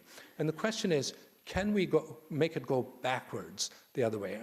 And that could be a very promising approach to aging, but of course, there are all sorts of issues of long-term safety, of delivery, of dosage, all of those things which the community has to address, and you'll hear more about them later. Now, the whole field, and we've heard many introductory talks say, it's not about living longer, it's about living healthier, improving health span. And this idea comes from a 1980 paper by James Fries called Aging, Natural Death, and the Compression of Morbidity. That's the term, compression of morbidity, that he applied, and it's been used in the field. And what he meant was the years of, what he wanted to compress is the years of unhealthy life. He wants to compress that to as short a life as possible. And I heard Rick Klausner at the opening of Altos Labs in Cambridge say they were not interested in extending lifespan either. The goal is to die young after a long time. And of course, I thought even at the time, if you're young, why would you suddenly die? You know, everything's working fine, you know, you're going to collapse suddenly. Well, the point is, even James Fries, when he wrote the paper, said that the idea was a little bit like the one-horse open shay. Now, a shay is a one-horse carriage, which was popular in the 19th century.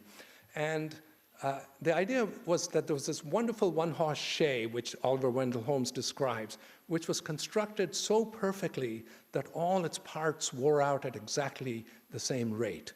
And so the farmer was riding along happily, the shay was working fine, and 1 second later, he found himself on the ground, surrounded by a heap of debris because the entire shay had suddenly disintegrated. And that's what we're asking. You know, you live healthily and then suddenly go into rapid decline with this compression of morbidity. And let me point out that so in the UK, if you look over the last many decades, there's been no, lifespan has increased, but so has health span, but not, sometimes not even keeping up. So that the fraction of our lives that we spend on unhealthy has not actually gone up, okay? And we heard about this before. So I mentioned in the UK, the number of years spent with 4 or more morbidities has actually increased as a fraction of our lives. And the same is true about the UN World Report. I think somebody showed that in one of the introductory talks. And so the question is, we're spending more years and possibly a greater fraction of our lives in poor health. And so the question is compression of morbidity even possible? Well, there is one interesting finding, and that is studies on supercentenarians shows that they live extraordinarily healthy lives. Many of them have never seen a doctor until they were over 100. And then suddenly they go into rapid decline and die. Supercentenarians are people who live 110. There are not very many of them. Now the question is whether this can be, they have some general information for the rest of the population. There are 1 or 2 genes that seem to show up above signal, but you know, really, most of them have different combinations of genes. And the fact is, you know, a Danish study showed that lifespan is only about 25% heritable. And so the reality is they've had a combination of life history and pure luck, as well as some genetic heritage that has allowed them to live this long. It may not be translatable necessarily to the general population, and we may be looking at survivor bias. You know, there was an article in a research article just last year suggesting just that. Now, but the question is, can health span be improved? Well, here is the situation in the UK. You can see that you have this is only years above 65, okay? No, this is not from birth. This is a number of years above 65. How much of it do you spend in good health, and how much of do you spend in bad health? Bad health is at the top. And what you notice is in Sweden, they've managed to have a much shorter period of bad health, even though the overall longevity is about the same. The lifespan is about the same. More of it is spent in good health. And I should point out, look at the number for women, which is shown in the reddish or pinkish color. Women, at least in Sweden, have at least as good, or if not better, health span than men do. And this was all done by reducing socioeconomic inequalities and improving population health. There was no sort of longevity therapeutics involved.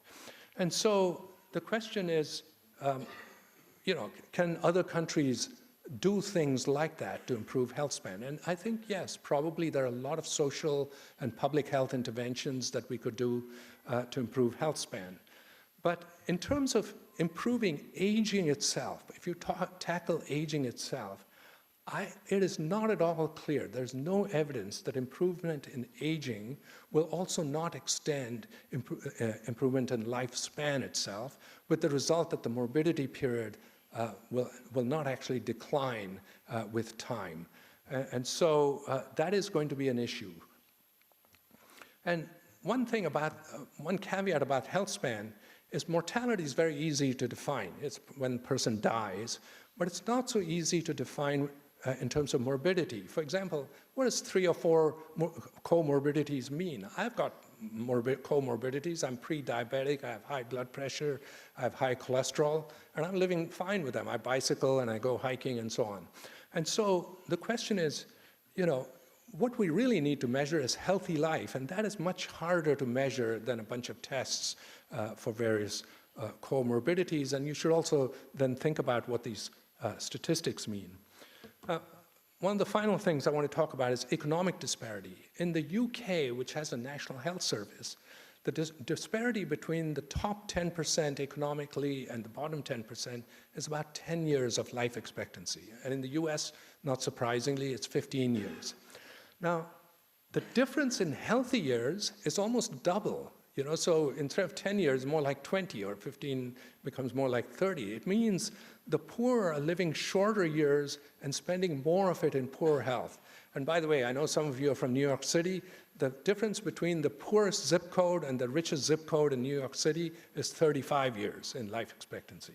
And of course, not all of that is longevity. A lot of it is due to crime, drug, poor medical care, et cetera. But there is a big longevity component to it also. And the best way to live long, of course, then means is to be rich, okay? But that's not an ideal solution. And so then the final thing is, should we all live longer lives? I mean, what if we make all these aging interventions and, all these things do is delay the time when we have morbidities, and we're just postponing the period when we're going into decline. It's not that we're shortening it. And so, there is a question of intergenerational fairness. As we get older, we accumulate power, influence, and wealth. If we live longer, and because we're rich, we're going to live longer, we're going to pass on that wealth to our children. They're going to live longer, and you're going to get a two-tiered society. And so so you're going to get increased disparity, and so that's going to be an issue. And so unless anti-aging therapeutics is widely available and cheap, then it's going to increase disparity. Now, some therapeutics like statins or blood pressure medication are widely distributed throughout poor and rich countries, but not organ transplants, for example. Those are very expensive. So it depends on what is the therapy you're going to come up with. And then we talked a lot about creativity, but I want to point out we suffer cognitive decline from the age of 20. It is true that we can maintain competence well into old age, and this is because there are two kinds of intelligence. Fluid intelligence, which is the ability to learn new things, to absorb new ideas, to think fast, etc., versus crystallized intelligence, which is the accumulation of knowledge. Vocabulary, for example, lasts quite a long time. And so if you look at major advances in almost every field, including literature, oddly enough, people have done some of their best work when they're young. And so we will have an issue. And so then intergenerational fairness, creativity, and the general renewal, new ideas, even social revolutions like racial equality, gender equality. These were mostly driven by young people who were not willing to accept the status quo. So we have to ask, what will a society where you have very slow turnover and people live very long look like? Okay, and do we really want that? And of course, the problem is, if anybody came to you and said, here's a pill that's going to give you 10 years of extra healthy life, it's all been randomized clinically trials, it's FDA approved, et cetera, most of us would take it, okay? Because we all want to live longer. We don't want to die. That's why I'm taking statins and blood pressure medicines. They're essentially anti-aging therapies. So, but there's a conflict between what's good for society and what's good for the individual. And meanwhile, I should say, the trio of sleep, diet, and exercise, which is very old advice, except now we have some understanding of the molecular biology and cell biology for why they work. That combination, which by the way is also synergistic, each one affects the other, is probably better right now than anything available on the market.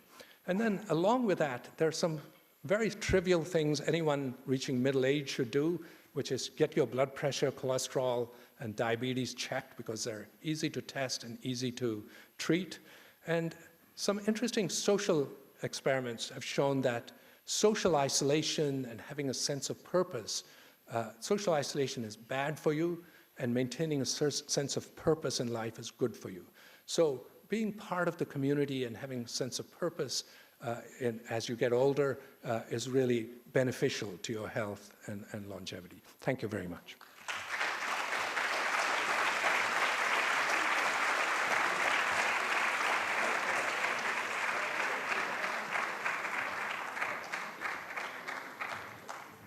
Thank you very much for this inspiring talk.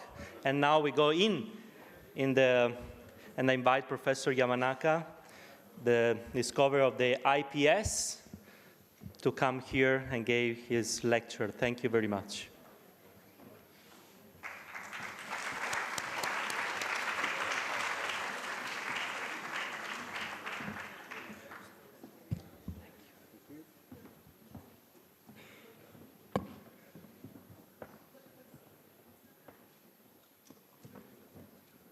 Good afternoon, everyone. It is a truly great honor to be here today. I would like to thank everybody involved, including Viviana. So, thank you very much. Thank you. So as you may know, I am a scientist. But also, I'm a runner. And just a few weeks ago, last month, I was able to break my own record in marathon. So it was 3 hours, 20 minutes. So I was...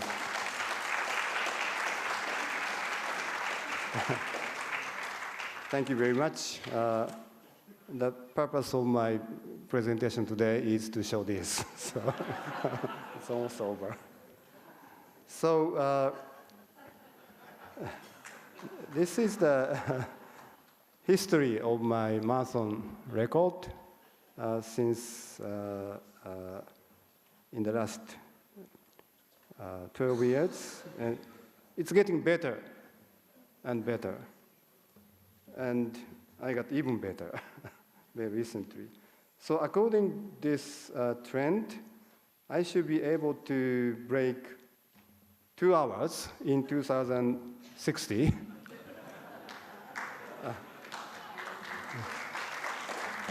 I will be 98.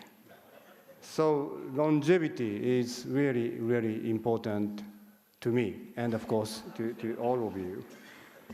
So in order to achieve longevity, I have been working on this technology, iPS cells, induced pluripotent stem cells. iPS cells are nearly indistinguishable from embryonic stem cells, ES cells. But you don't have to use human embryos.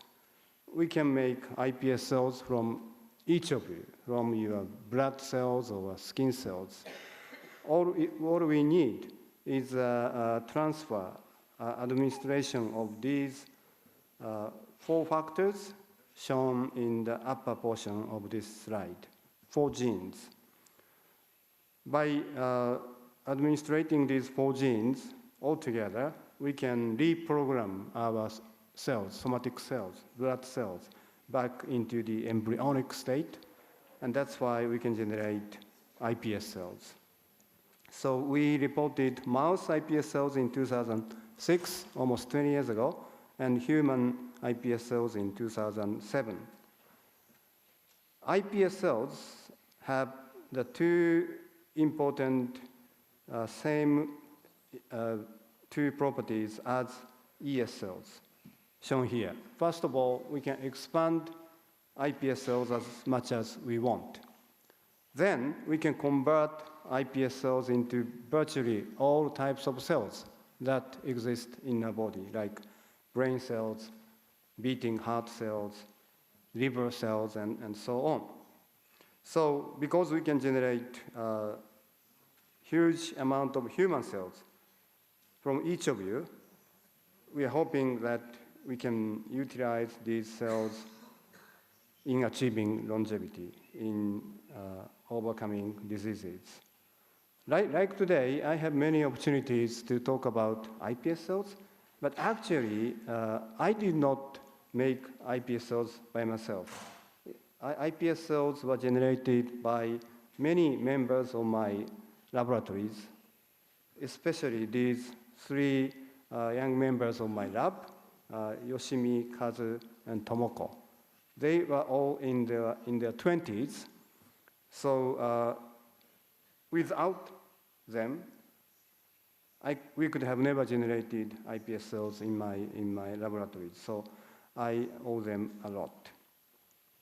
After reporting generating human iPS cells, our university, Kyoto University, decided to start a new institute. That is Center for iPS Cell Research and Application. We call it CIRA. We have a common purpose, vision. It is to bring this technology, iPS cells, to patients. There are two major medical applications of this technology, shown here. So once again, we can generate iPS cells from each patient, and we can expand iPS cells as much as we want. Then we can make brain cells, heart cells. By transplanting those brain or heart cells suffering from brain disease or heart diseases, we should be able to recover the function of those patients. This approach is called regenerative medicine. The other application is to use those cells in university or in pharmaceutical companies to understand diseases and also to search for drugs for each disease. This approach is called drug development. So let me talk about regenerative medicine. In multiple companies, clinical trials are already ongoing using iPS cells. In Japan, in our country, more than 10 clinical trials are ongoing, like Parkinson's disease, macular degeneration, and so on. So these are all phase 1 or phase 2 clinical trial, very early, small-scale clinical trial. So the primary purpose is to confirm safety. And I'm happy to report that so far we have not heard any severe side effects from these multiple clinical trials. Clinical trials are ongoing also in other countries, including US, Europe, China, and I haven't heard any severe side effects, including tumorigenicity, tumor formation. So I'm now more and more confident that this technology is safe. Regenerative medicine using iPS cells is safe. And also we have heard that already some sign of efficacy from these early stage of clinical trials. For example, my colleague Jun Takahashi, actually he is now the director of CIRA after myself. He's been working on Parkinson's disease, which is caused by the loss of function of dopaminergic neurons. Jun can generate functional dopaminergic neurons from iPS cells, and they have already conducted clinical trial on 7 patients They injected dopaminergic neurons from iPS cells into 7 patients. They are now, I heard their paper has been accepted by Nature, so you will know the outcome of this clinical trial very soon. I heard the outcome is very promising.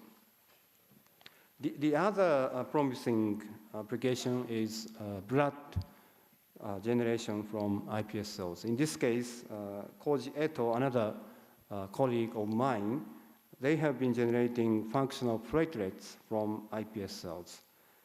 This approach is extremely important in countries like Italy or Japan. We are all graying societies, so we are having more and more elderly people who need blood donation, who need blood transplantation, but we are having fewer and fewer younger generation who can donate their blood. So in 5 or 10 years, we are going to short on blood donation. It's going to be a huge problem. So making blood cells like platelets from iPS cells is a very important alternative to blood donation. Another important application of iPS cell-based cell therapy is cancer treatment. Many scientists, like my colleague Shin Kaneko and many other scientists in Japan, in US, in Europe, they have been working on this approach. They are generating functional immune cells attacking cancer cells so that we can produce alternative new treatment to patients suffering from advanced stage of cancers.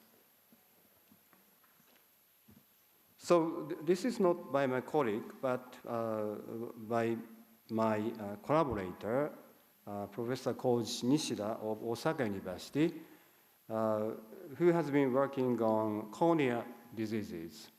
So now they can generate this kind of transparent cornea sheet from iPS cells. And they have conducted clinical trial in which they transplanted these iPS cell-derived cornea sheet into patients suffering from cornea diseases. This clinical application was really remarkable because patients received these new cornea cells. Actually, they can see much, much better right after the surgery. So not only safety, but also efficacy has been proven in this clinical trial. Very recently, another collaborator of mine, a group in Keio University, they reported very promising outcome of their clinical trial for patients suffering from spinal cord injury, subacute spinal cord injury. They transplanted neural stem cells from iPS cells into patients suffering from subacute spinal cord injury. It's a complete injury, so patients cannot move at all. They performed this transplantation on 4 patients, and 2 out of 4 patients, they observed remarkable recovery in 2 out of 4 patients. So I would say this approach is also very, very promising. So I don't have time to explain all of ongoing clinical trials, but I would say all of them so far are very promising. So let me move on to the second medical application of iPS cells, which is drug development. So I will give you only just one example, which is ALS, amyotrophic lateral sclerosis. This is a very tragic disease caused by progressive motor neuron death. So in early stages, patients feel some muscle weakness in their fingers, and also when they speaking, they feel something is going wrong. But in 1 or 2 years, they show difficulty in speaking and also swallowing, and in 2 or 3 years, they cannot breathe by their own. So it's a very, very tragic disease. But they can still think, they can still sense, so that makes this disease even more tragic for patients and also for their family members. So far, we don't have any effective drugs for these patients. We do have some promising drugs for mouse model of ALS, but unfortunately, all of those candidates turned out to be not effective in human patients. So we have to use human models, not mouse models. Now, with iPSC technologies, we can have a very good human model. So many scientists in the world, including my colleague Haruhisa Inoue, they have been generating iPS cells from ALS patients. Then they differentiate iPS cells into motor neurons. They found as soon as they generate motor neurons from ALS patients, those motor neurons start to die. In great contrast, motor neurons from healthy iPS cells do not die. That means we can recapitulate motor neuron death in Petri dishes. Because iPS cells, we can expand iPS cells as much as we want, we can prepare thousands of Petri dishes containing patient-derived motor neurons. That means we can test thousands of drug candidates in one time. That's exactly what Haruhisa did, and he identified one existing drug, bosutinib. It's effective in preventing motor neuron death in iPS cell-derived motor neurons. So because this drug, bosutinib, has been used in patients, in clinics already, this is a drug for leukemia. So we have many data already. Because of this, he was able to move to a clinical trial very quickly, within a few years. And he did a phase 1 clinical trial on 9 patients, and he found 5 out of 9 patients responded very well to bosutinib. Actually, by bosutinib, their progression of their disease has stopped. Whereas the remaining 4 patients, he did not observe any responsiveness. So it's not in all patients, but at least 5 out of 9 patients, this drug turned out to be effective. And also what is very important is that we may be able to predict which patient is a responder and which patient is not a responder by measuring blood level of neurofilament L. So as you can see here, these 5 patients showed lower neurofilament L level in their plasma. So we may be able to predict which patient will respond in advance. So they are now conducting a much bigger phase 2 clinical trial. So it's been almost 20 years since our report of mouse and human iPS cells. In the last decade, we observed very rapid progresses in iPS cell technology. Originally, we generated 2-dimensional cells, like dopaminergic neurons, heart cells, from iPS cells. But now, many scientists are producing 3-dimensional tissue, known as organoid, or even some scientists are trying to generate organ from human iPS cells. And furthermore, some scientists may be able to generate new organism, new life from human iPS cells. For example, this is an example of organoid research by my colleague Kenji Osafune. He is a kidney doctor, and there is a very important kidney disease known as autosomal dominant polycystic kidney disease, ADPKD.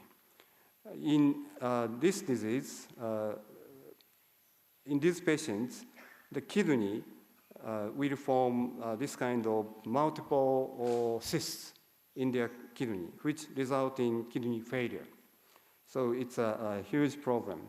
And Kenji has been generating iPS cells from these patients as well as control patients, and he generated three-dimensional kind of mini kidney organoids from iPS cells. And as you can see here, he was able to recapturate cystic formation in iPS cell-derived kidney organoid.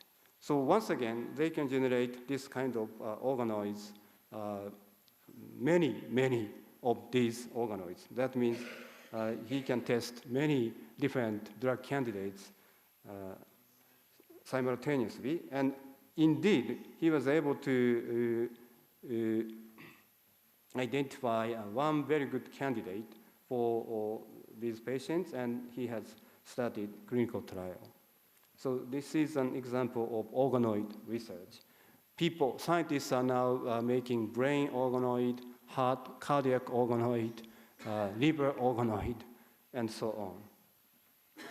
Some scientists, actually, this is my friend, actually he's my kind of hero, Hiromitsu Nakauchi. He has been trying to generate human organs by using human iPS cells. It is still very difficult to generate human organs in vitro. So instead, he's been using large animals like pigs. So they have generated like pigs in which one gene essential for like kidney formation or pancreatic formation has been deleted. So these animals cannot survive because these pigs cannot form kidney or pancreas. But by transplanting human iPS cells into the embryos, into their brusts, they showed they can actually rescue these animals. And in these animals, at least in theory, they have pancreas or kidney derived from human iPS cells. They have not succeeded in this human-pig combination, but they have succeeded in like mouse and rat combination. They have successfully generated like mouse kidney in rat and vice versa. So this is not a scientific fiction anymore. Another progress here is, this is also my friend in Kyoto University. He has successfully generated functional sperm and oocyte from mouse iPS cells. And they were able to fertilize those sperm and oocyte from mouse iPS cells. And they are now working on monkey iPS cells. So in the very near future, they may be able to do the same from human iPS cells. So now I have a huge kind of dilemma. I started iPS cell work in order to overcome one one ethical hurdle, which is the destruction of embryos when making human ES cells. And I was able to, we were able to overcome this ethical hurdle by making iPS cells.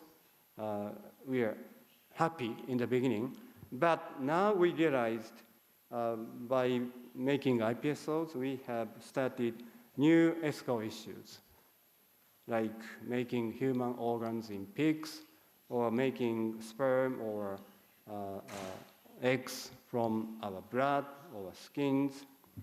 It's, at least in theory, it's possible. So we started this work trying to overcome one ethical issue, but ended up starting new ethical issues. So it's a very, very kind of difficult situation. So there is no simple answer, but discussion is very important. So when I was the director of CIDR, we decided to bring this group of people who are bioethicists in our institute. So in the same building, we have scientists working on iPS cells, but we also have a group of bioethicists talking to us, scientists, every day in the same building, how much we should do, how much progresses we can make. So once again, there is no clear answer, at least in myself, but this kind of discussion, transparent discussion, is very important. So with this, I would like to finish my talk. I thank you again for your kind attention. Thank you very much.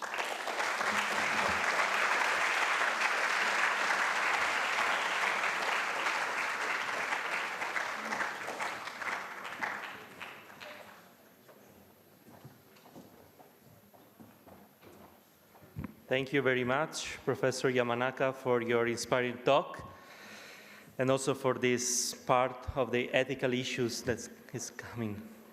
So now we move to the last part of this meeting, and Professor Neil Barzilai, pioneer in aging and longevity research, is going to moderate and introduce this last part. Thank you so much. Thank you. Thank you. Such a great day. Now, Viviana, you didn't hear the opening remarks, and that Viviana is here. I actually think she's here. Viviana was introduced to me by Sami Segol, who sits here, in, I think, 2022. And she organized the meeting of the Academy of the people who do aging research, in which I'm the president. Can I have the next slide, or do I do it myself? What is it? And then I realized that what I called her since then is Principessa, okay? She was just, you know, she was princess, she's magician. But I'm telling you that because she sat in the symposium and said, just a minute, there's a cellular aging and you think you can fix it. So let's do longevity from cells to cities. And in Viviana's way, in a few years, she all of a sudden made Milano the first longevity city, and then Lugano. And now it's going from cells to countries, right? It's the Vatican, and who knows what else. So thank you for the family. Thank you for Viviana. Her spirit is definitely here. Now, Viviana also knew, and she gave me this task, although I have a presentation that is cut in half, I'm just going to use it in order to provoke and rebuttal a little bit what we heard here, and give examples. And so we heard two things. First of all, you said, I'm going to put cold water and I want you to watch it, right? And by the way, I totally agree with you.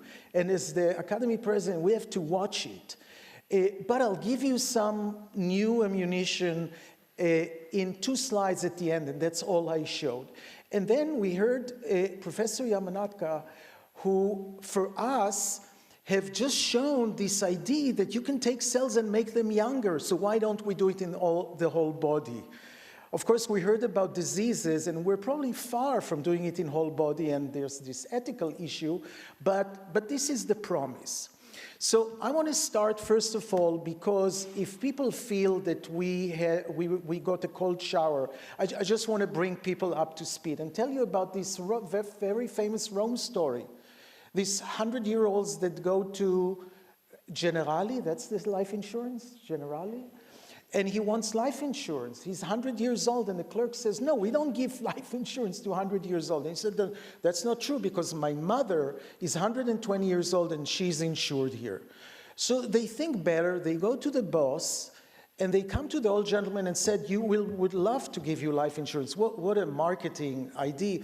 And you come on Tuesday, and you'll have all the paper, and you sign the paper, and you'll get life insurance. And the old gentleman says, I'm sorry, but I'm busy on Tuesday. Old man, what do you have on Tuesday? He said, on Tuesday, my grandfather is getting married. He said, how old is your grandfather? He says, 150.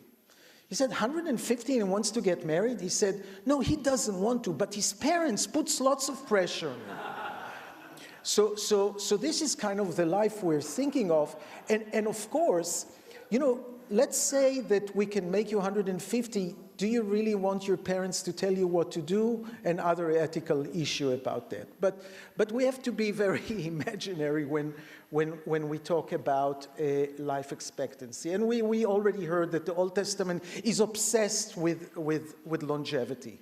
Okay, there are hundreds of names and their age of death. So it's appropriate to bring it up in the Vatican. And I certainly, one of my research is on centenarians. Those are 4 kids from the same family that were born between 1910 and 1920 in New York City, and all past the age of 102. 110. She was 102. The little sister died. They were shocked. But she was 110, 107, 109. So you see here both the genetic of exceptional longevity and the fact that this is possible. And I'm not going to today to tell you about those longevity genes and actually treatment that we already have based on longevity genes that we found in centenarians. But to make a very important point, because the question is, did they become sick when everybody start getting sick after the age of 60? And they're sick for longer? Or is their health span and lifespan, does it go together? And I think you mentioned that. And we here collaborate with Tom Perls, who you mentioned also, and we kind of harmonized the data.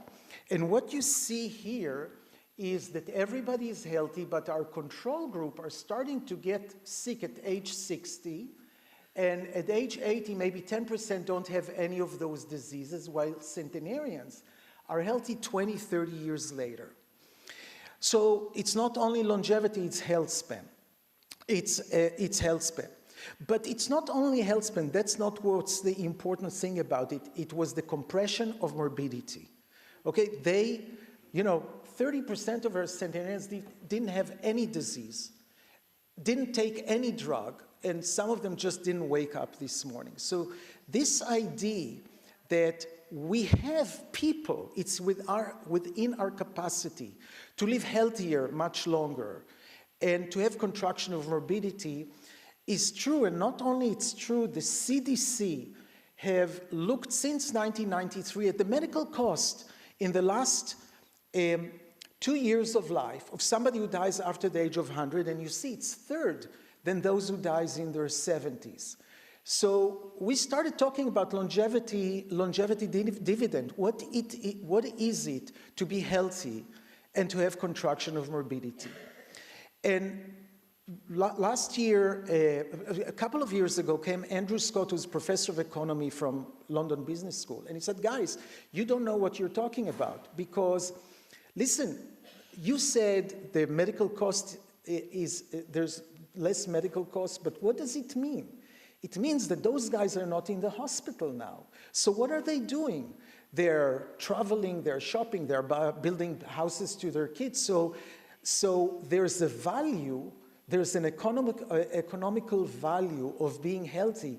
And this is an economical plan. We cannot afford not to do it.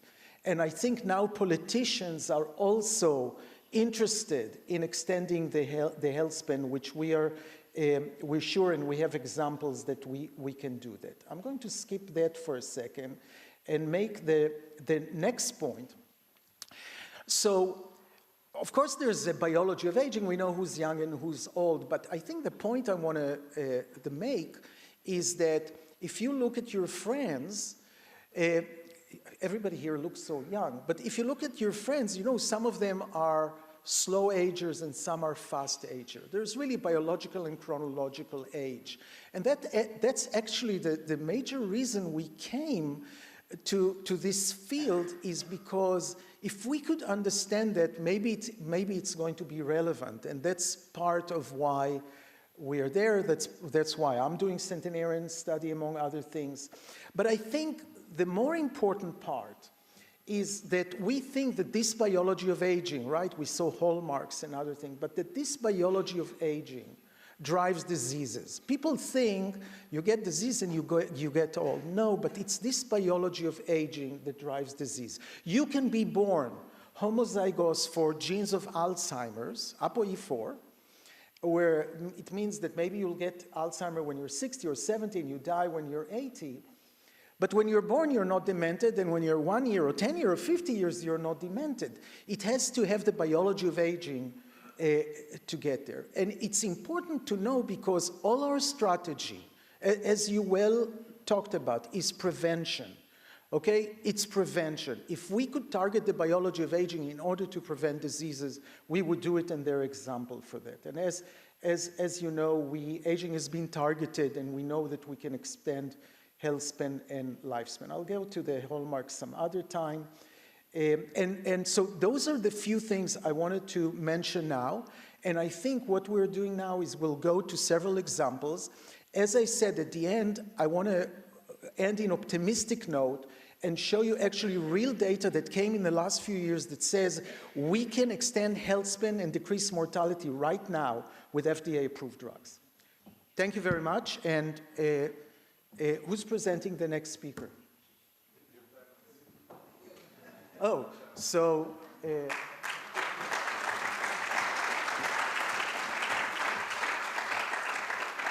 that it? I have papers I can read here. Okay. So Juan Carlos, please, Dr. Belmonte, please come and. Juan Carlos is in our academy, has been, and you have a little bit more on his CV, but he's trying to really restore cells to healthy ways and to show us how we can actually maybe slow aging, really, really terrific. So thank you very much. Thank you.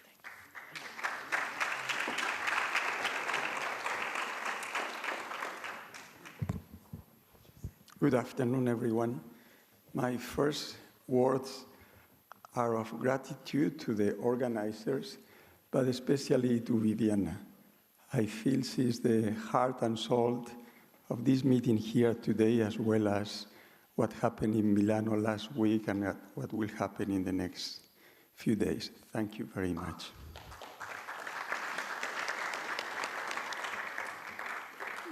So my first slide is just to illustrate the importance of basic research. And the first two talks by Venki and Sinya are really a highlight of how basic science can change medicine. Today, the most common understanding of how diseases are treated is by using traditional drugs. But we have heard how IPS through cell therapy could have and is having an enormous potential to treat a huge variety of diseases. At the same time, our increased knowledge in genomes, how proteins are made, could be very relevant to treat disease and gene function. And let me just put one example. In this case, very relevant to our meeting today, this mutation, a mutation in the lamin A protein, which is the major protein in the nuclear envelope, leads to this phenotype, an accelerating aging phenotype. Now, thanks to different technologies in the last few years, we have been able to show that in mice, a very similar mutation can be corrected, and a mouse that looks very different than the mutated mouse can live longer and can have a healthier life. So if I were to stop my talk right now here, we will say, well, we can fix aging. And that's far from reality. Why? Because in here we know the cause of this phenotype. It's this particular mutation in the lamin A gene that gives rise to a very different protein, a protein called progerin that is the main player in these phenotypes. But by and large, we don't know what aging is. So it's very difficult that we can treat aging. What we know is that aging is the major risk factor for any disease. You can see here in this graphic how of all the diseases, they correlate with aging, and this correlation increases as we age. So what we're trying in the field of aging, which, by the way, I came to this field not that I am working on aging per se, but thanks to the work of Sinya that you will see in a moment about embryonic development and studying cell fate. So we need to come to definitions. What is aging? And let's start at the cell level. Aging is a state of fragility, of loss of resilience, or as we call it, loss of buffer capacity. And as you can see on the right part of the screen, as time passes, fragility, resilience, fragility increase, resilience decrease. And when the stress goes after a certain threshold, the disease appears. And the tenet that I would like to discuss here today is whether we can increase the cross at the time in that graphic where disease and stress cross, so that we can restore cell health, we can restore this fragility, and therefore in the presence of the stress, disease may take longer to appear. Where is this resilience and where is this buffer capacity reside in the cells? We have seen in a slide by Venki the hallmarks of aging, and as he indicated, this is mostly all the processes that take place in the cell. But I would like to highlight one important component of our cells, which is the state of the chromatin. And this is a very simplistic drawing. You can see the chromatin in two compositions, a closed chromatin and an open chromatin. And perhaps the equilibrium between the open and closed chromatin is at the root of disease and aging. And I will show you a couple of examples to substantiate this hypothesis. It is, especially in the last, I would say, 10 years, and it's just a correlation, that in a young cell, we have an equilibrium between the open and closed chromatin, but in every organism, as the organism ages, there is a shift in this equilibrium, and we see much more open or relaxed chromatin in almost all the cells of the body. If we just go at the molecular level and quickly, we can see that there is specific transcription factors in our cells that determine the cell identity, determine that a hepatocyte is a hepatocyte and not a brain cell, or a cardiomyocyte is a heart cell and not a gut cell. And this is determined early on in development, but for the cell to function during the entire life, this cell identity needs to be maintained. These transcription factors in the young chromatin, they can access their target, but in the old chromatin that is now different, they don't have the same access to their targets.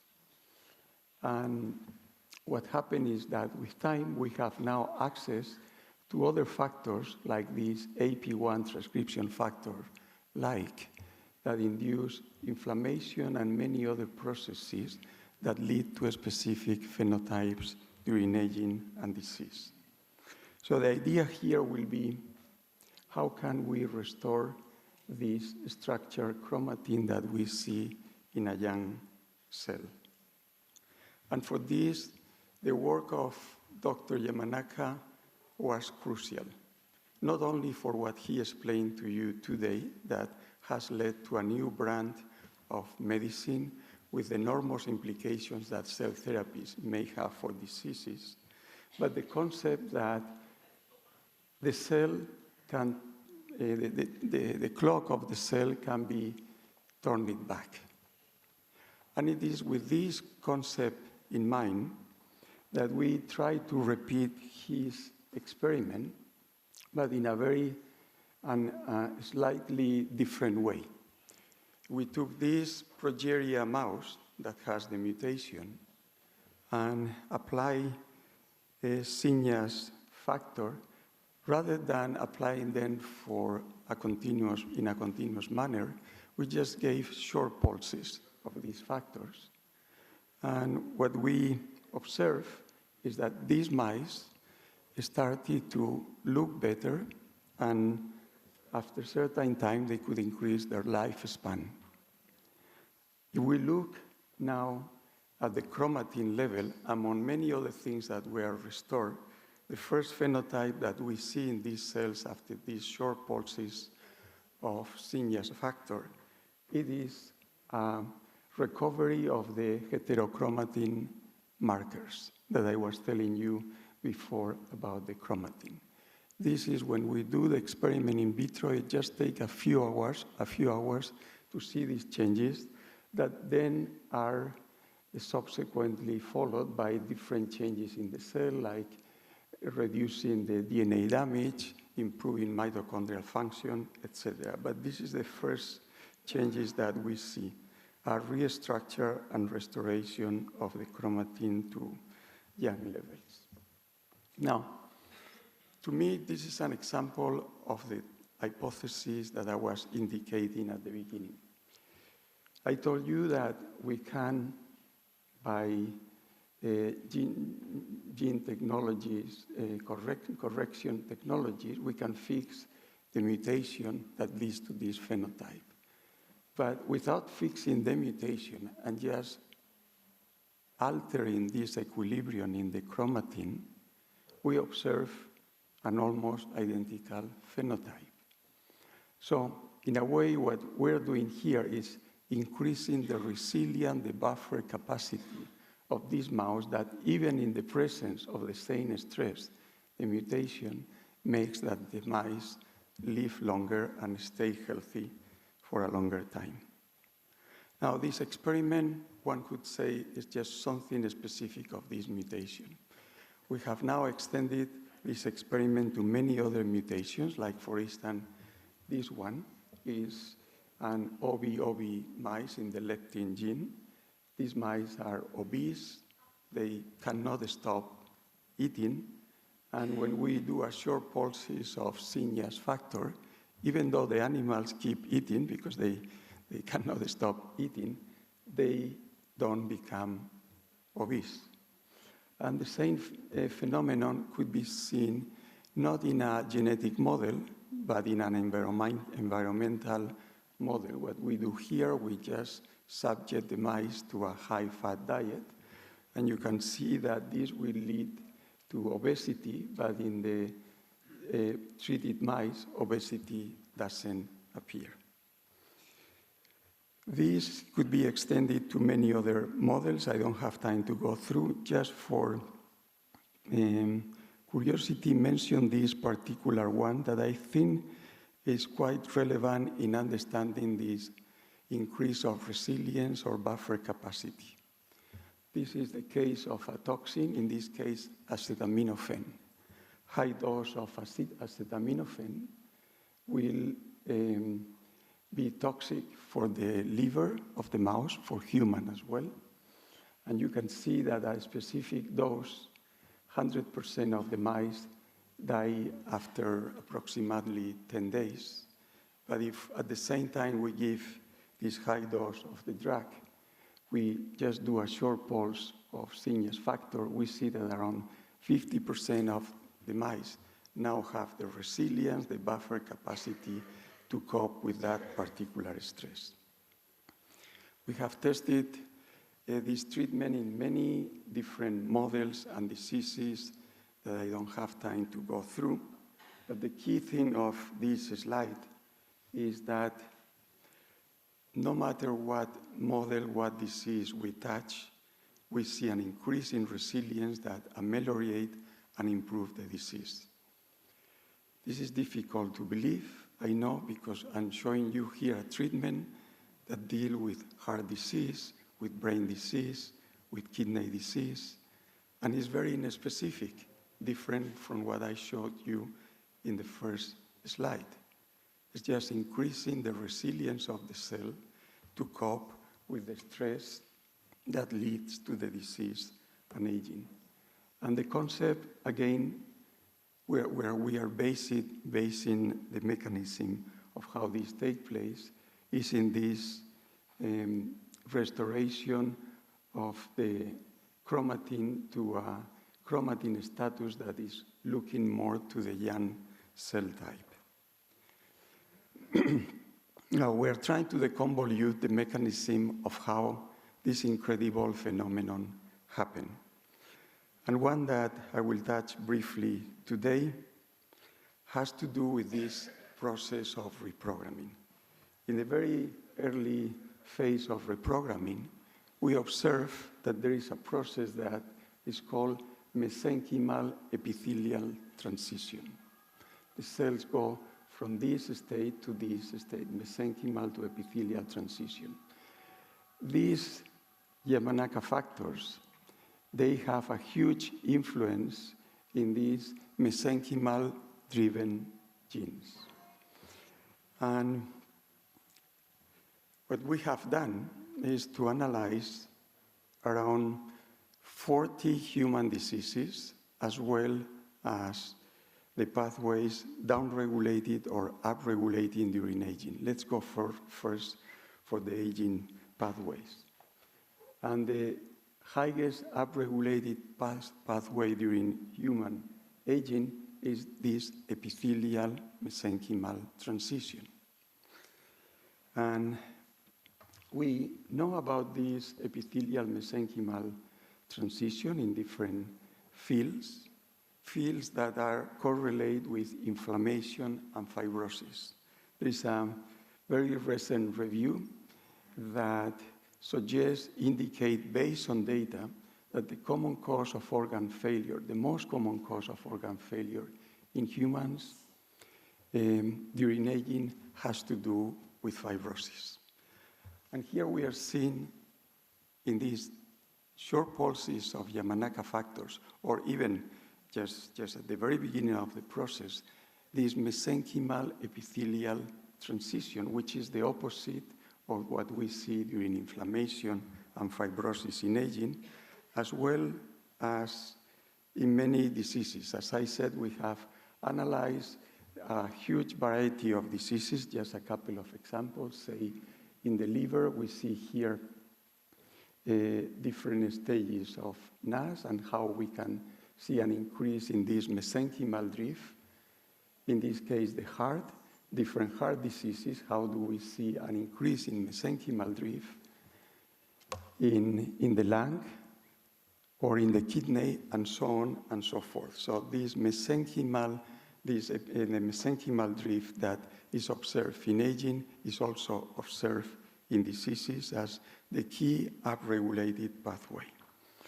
Now, if we look now at the very early hours of reprogramming with Signia factor here in green, what you can see is that cells that have undergone these short pulses of Signia's factor, now they show a decrease in this mesenchymal drift in the AMT processes, as well as in all the TGF-beta related genes. So I didn't show it to you, but short pulses of Yamanaka factors in vivo, they ameliorate organ fibrosis in the kidney, in the heart, in the liver, etc.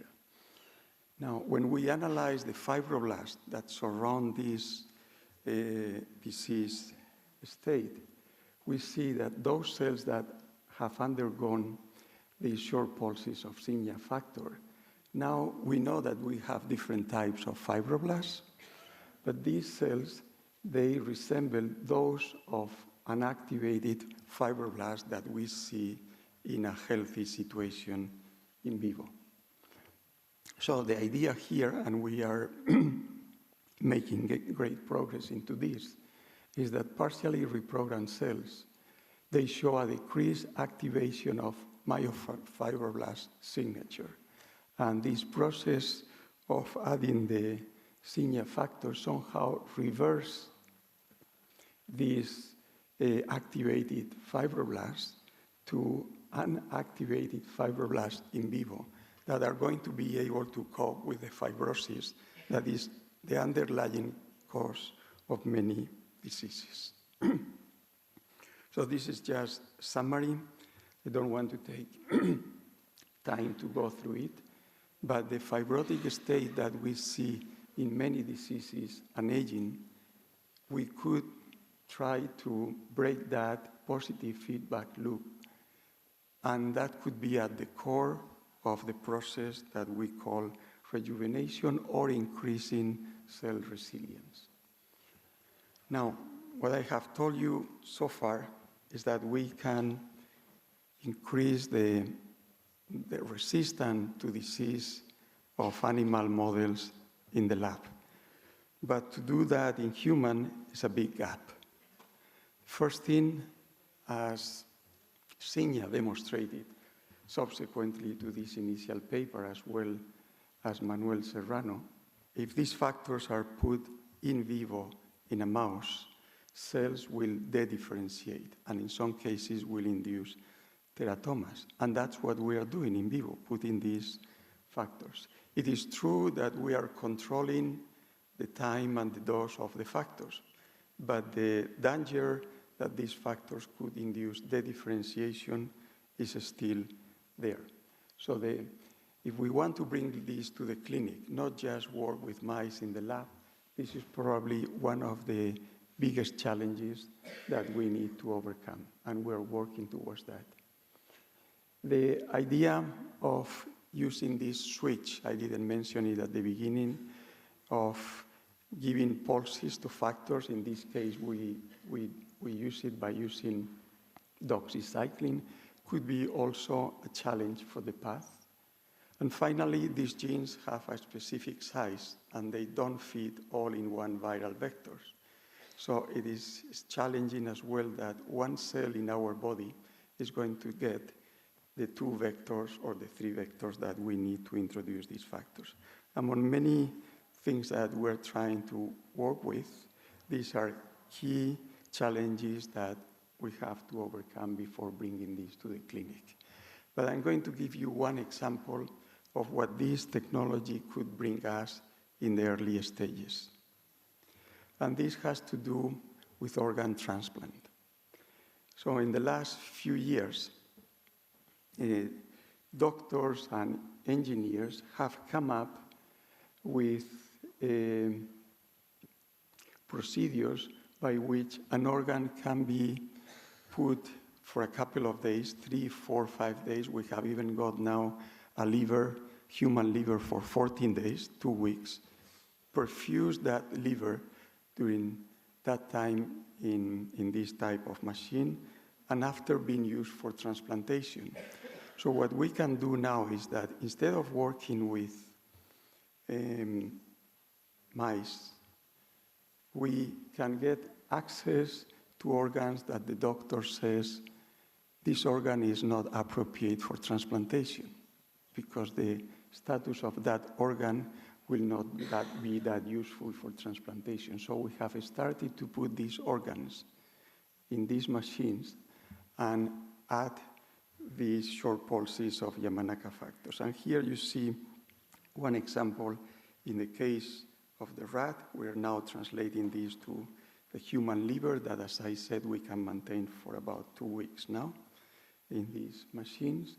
And you can see here how, in this case, is a kidney that after transplantation, we do the ex vivo perfusion, and after transplantation, the animals live for a certain number of weeks. But now if we just do a short pulse of these Yamanaka factors for a couple of hours in the perfusion machine and then transplant the kidney, we can see that the survival rate has increased much more. I feel this could have a practical impact to try to rescue those organs that are just trash. And this is not animals, these are human organs.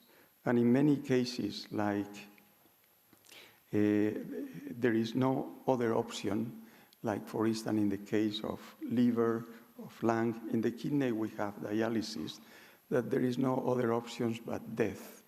And having the possibility of introducing an organ that has been rejuvenated and hope that this will extend the life of the recipient is really a possibility that, confronting all the challenges that I have indicated to you before, could be a starting point.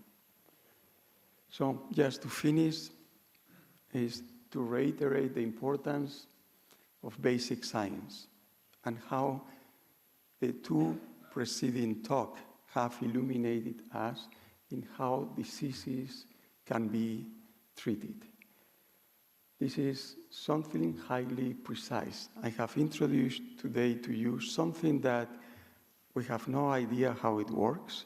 We believe it has a connection to the structure of the chromatin between a young and an old cell. It's not very precise, but it works in every single model that we have tried so far. And the most important slides are these ones. The people who made this possible. This work was initiated with the support of Jose Luis and Lola, who are here today. Thank you very much. Our collaborators in the hospital clinic in Barcelona and my entire team in San Diego. Thank you very much for your attention.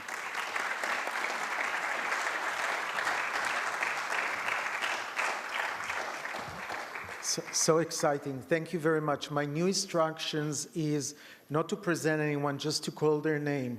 Professor Valerio Orlando.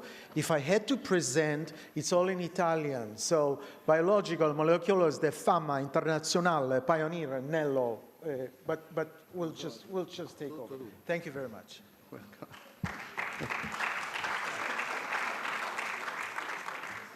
Thank you, Nir. Once again, thanks to the organizers for putting this amazing experience together. And of course, my thoughts go to Viviana. Everybody knows, or those closest to her know her big heart and her enlightened mind. But very few know her in action. Those who had the opportunity to navigate with her on her boat would have, discovered something else, and maybe there it is the real power she had. I think her family knows her very well, and there is the explanation of how she managed basically to put all this together. Okay, so thank you, Viviana, once again for your energy. Okay, It's moving ahead. Okay, good. So what I'm going to talk about today is the complexity of the complexity. So this one important portion of the genome which has been ignored for a long time, and this is the so-called junk part of it, which happens to be the 50% of it. So, you know, the Book of Life, when it was sequenced and discovered, was making a few people happy, but most people unhappy because most of it could not be read in an easy manner. So this 50% of the genome, in fact, is made of repetitive sequences with no clear logic in a way.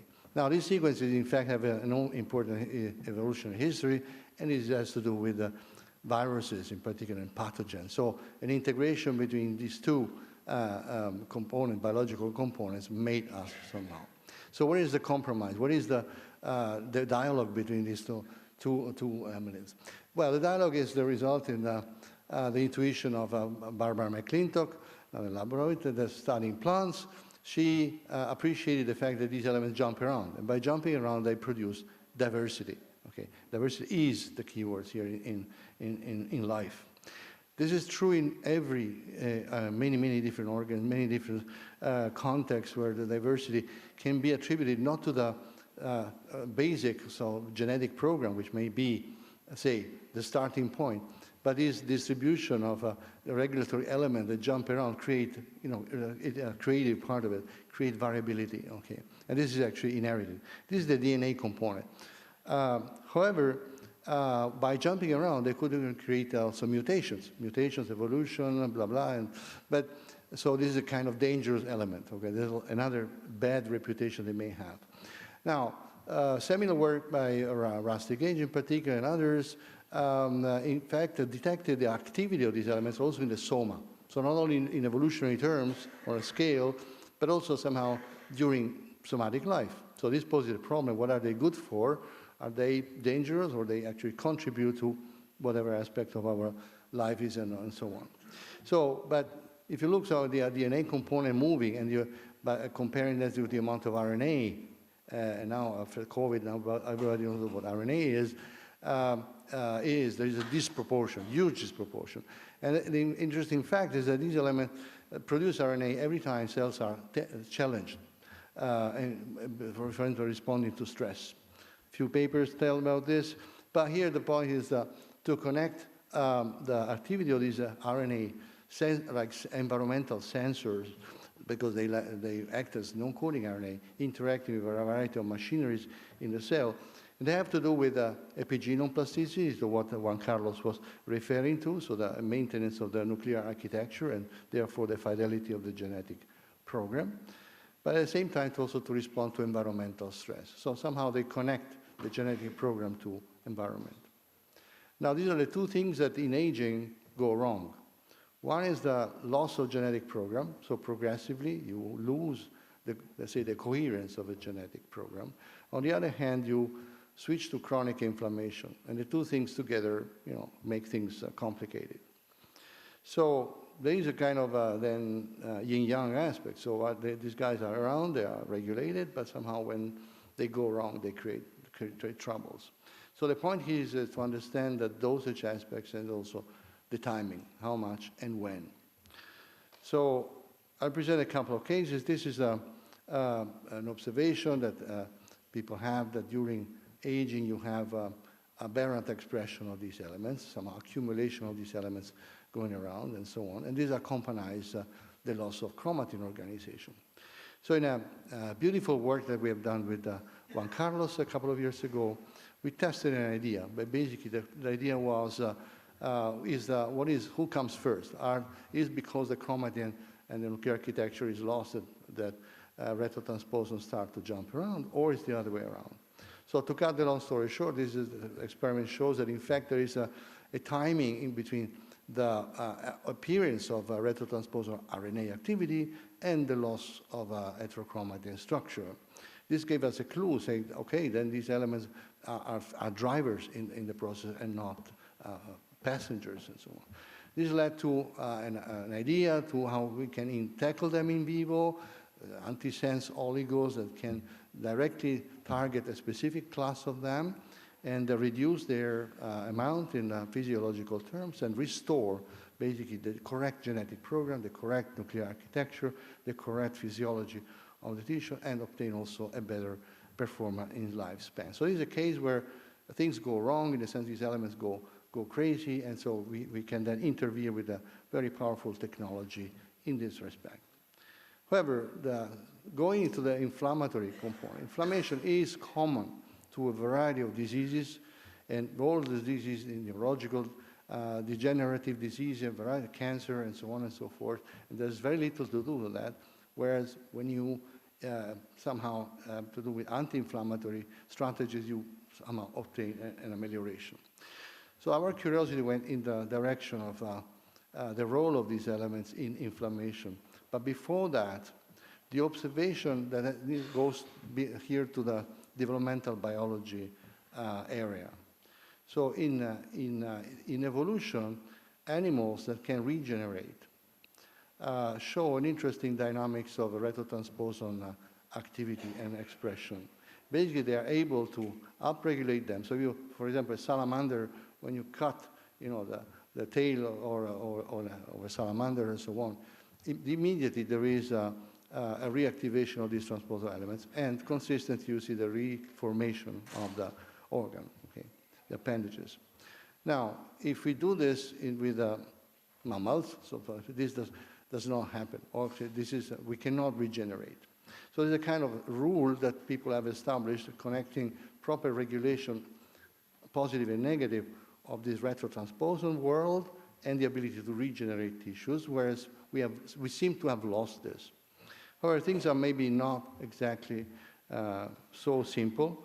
For a number of reasons, we looked into bone development and realized, in particular in osteoporosis, that there was something potentially interesting connected to the activity of these elements. In particular, the fact that these elements during osteogenesis in osteoporotic material were absent. They were not expressed as normally they should be expressed to support the ability to bone to be formed again. So we thought then to actually deliver,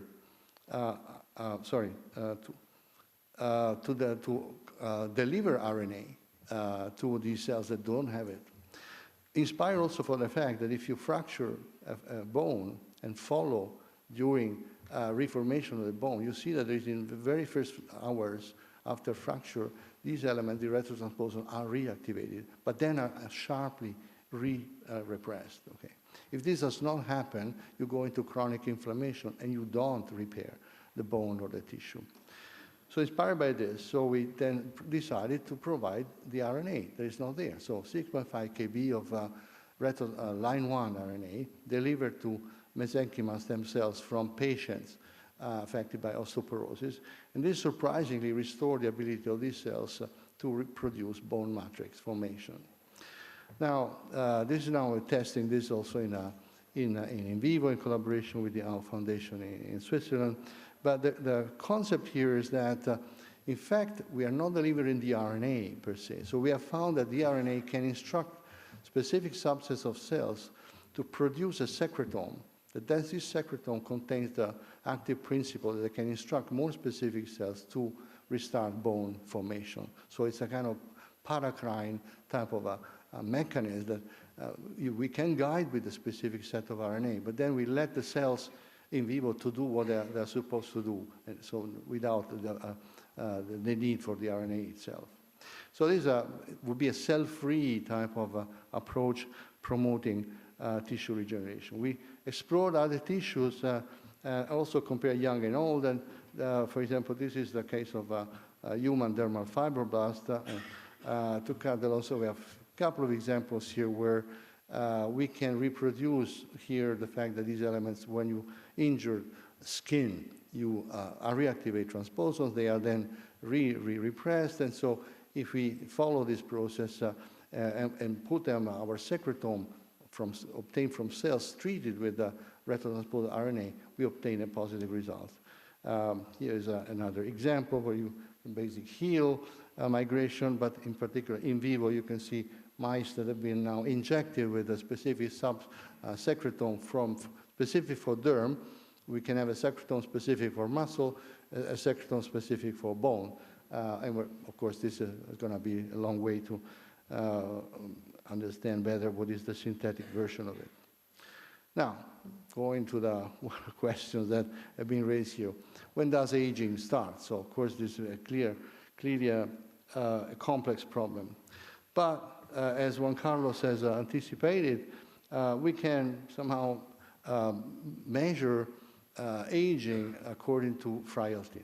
But the point is whether frailty is a relative concept, like Monsignor Paglia has said. So frailty is common to every organism in every stage of their life.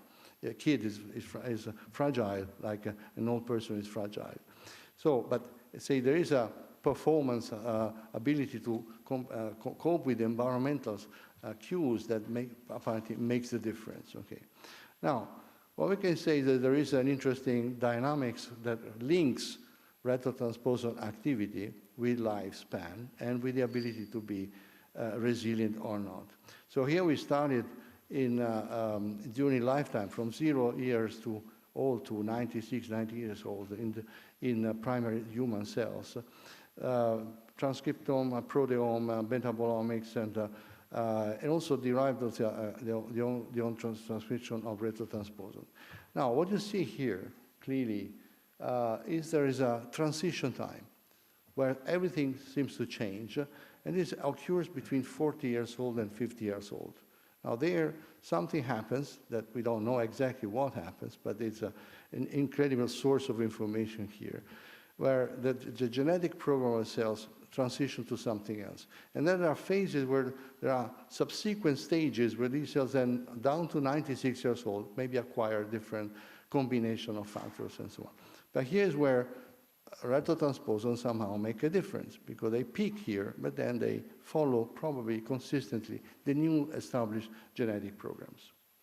So the point here is whether these are drivers or passengers, but we can say for sure that regulated transposon correlates with a healthy state, where the dysregulated retrotransposon is not, and in between there is probably the inflammaging component that may make a difference here. So, well, from the junk DNA or repetitive RNA, nonsense RNA, we have identified this pretty large source of information and molecule that can give us inspiration to, tackle maybe more deep and unexplored mechanisms in the cell that have to do with good health. These are the people, but let me stop with something here. This is the picture taken from the Gianicolo here in Roma, and this is an example of how basic science is important. This is what the Italian Nobel Prize Giorgio Parisi was actually studying taking pictures from the roof of the Physics Institute in Roma, trying to make sense of the coordination and movement of the flocks of birds at the sunset in Roma, and from there derive important mathematical models explaining complexity. So I think there's a lot to learn from observing nature, basically. And observing nature, here we heard about very sophisticated technologies that make us dream of, having the technology dominating the nature and so on. But probably no, we are just at the starting point. Probably the work of Shinya Yamaka has told us that these 4 factors do magic things, but still we don't know how they work. So this is a starting point that means that we have to put a lot of effort, a lot of imagination, a lot of courage, especially the new generation, into observing nature and learn from nature before we manipulate it. Okay, thank you very much.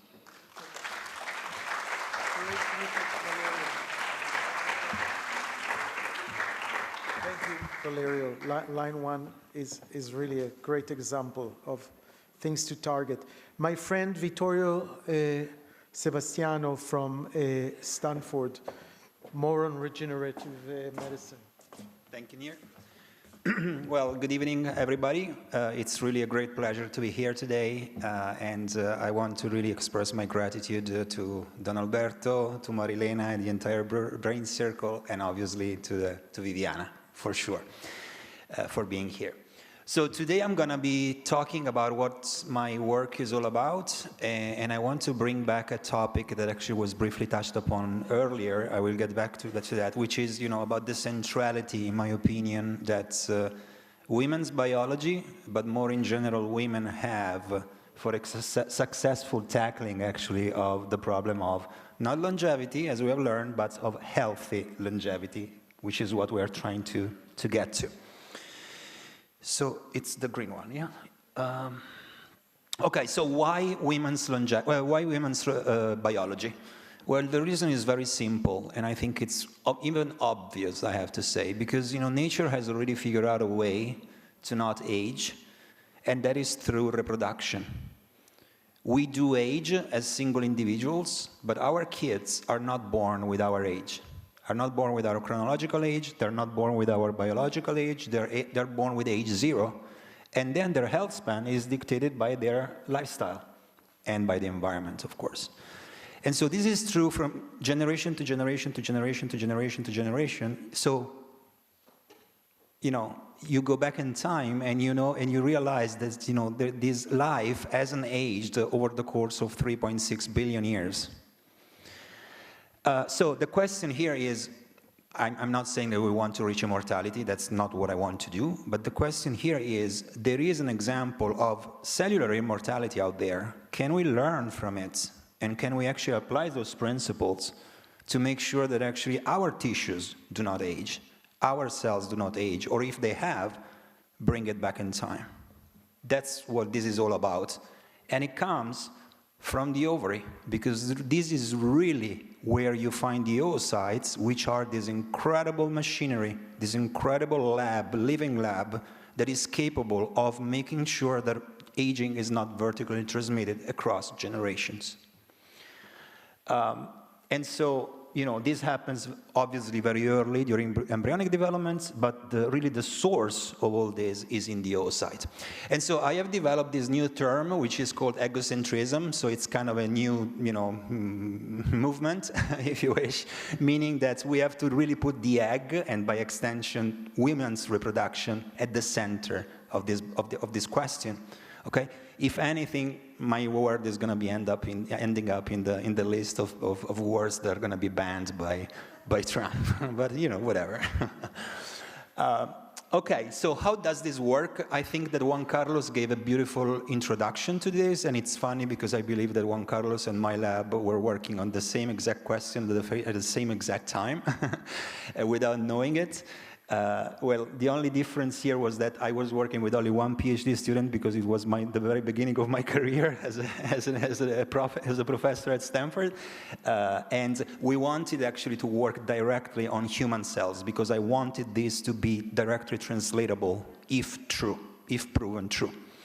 And so just to quickly recap what this is all about, we know from the work of Dr. Yamanaka and Dr. Gurdon that full reprogramming of a somatic cell can be done all the way back to an embryo, either through cloning or through the IPS technology that Dr. Yamanaka invented and developed. So during this process, two things are happening. You're making a blood cell into an embryonic cell, but you're also making an old cell, whatever age is, into a very youthful cell, almost age 0. So the question that we had in the lab was, well, if this is true, can we actually decouple those two things, and can we make rejuvenation happening without cell identity happening? Which is practically what you see here. So can we turn an aged into a young without changing its identity? So leaving the liver cell as a liver cell or leaving the brain cell as a brain cell, which is exactly what Juan Carlos nicely explained. And so long story short, we did show that it's true, it's possible. So we published a few years after Juan Carlos, but we have proven that actually for the first time that this is true in human cells.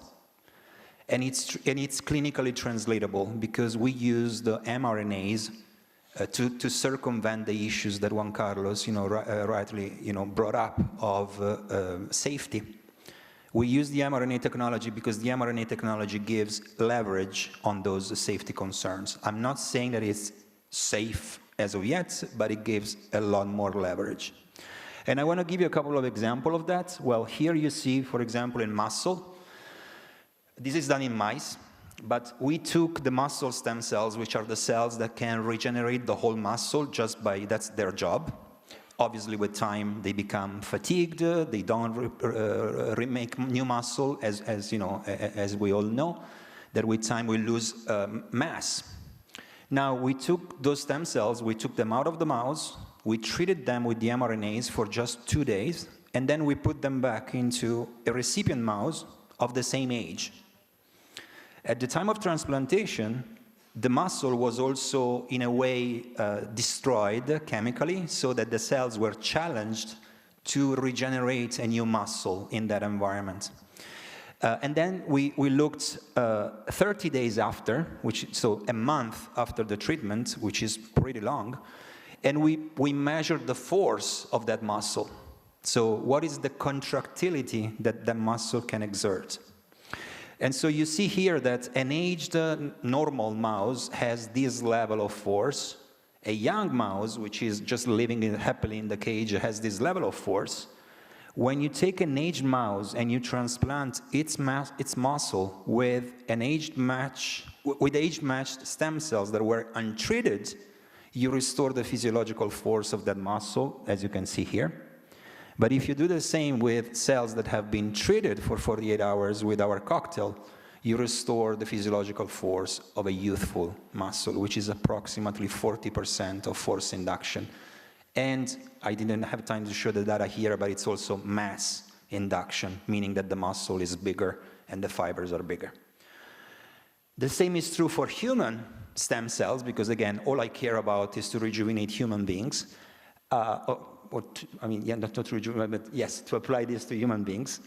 But we did the same exact experiment, and you see here that this is the trajectory of growth of a muscle. Obviously, this was done they were transplanted in mice for obvious reason.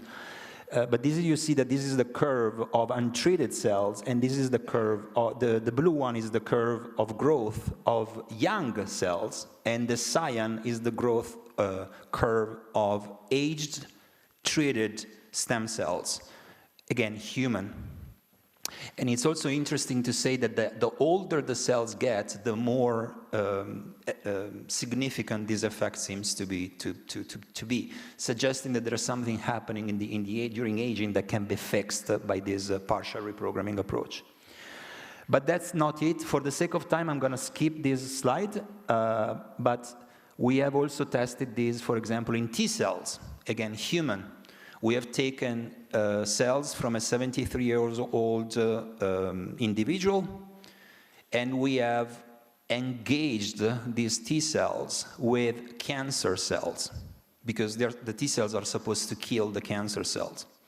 We have done this 4 consecutive times, and you see on the left that the cells that are untreated cannot kill the cancer cells that are here in green. So the green cells take over, and at the end of the day, basically they overtake the T cells. The T cells cannot fight because they become exhausted. On the right side, you see the cells that have been treated with ERA. By the way, ERA is the way I call partial reprogramming, is epigenetic reprogramming of aging, which I believe is a more accurate way to describe it. You see that, in the treated case, it's the T cells that take over. So they actually kill completely the cancer cells, and they just get rid of them. Why? Because they're more functional, they're more youthful, they're more fit, and they can do their job better. But be reminded of one thing. They have retained their cell identity. So safety here is not a concern, because if the T cell had become something else, it wouldn't be able to kill the cancer cells, right?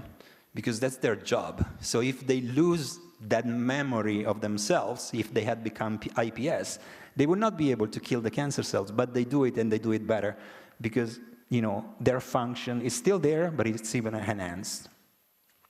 So I want to move quickly then to the rest, because the second reason why women's reproductive biology is very important is because the ovary itself plays a central role for women's longevity and for women's health span.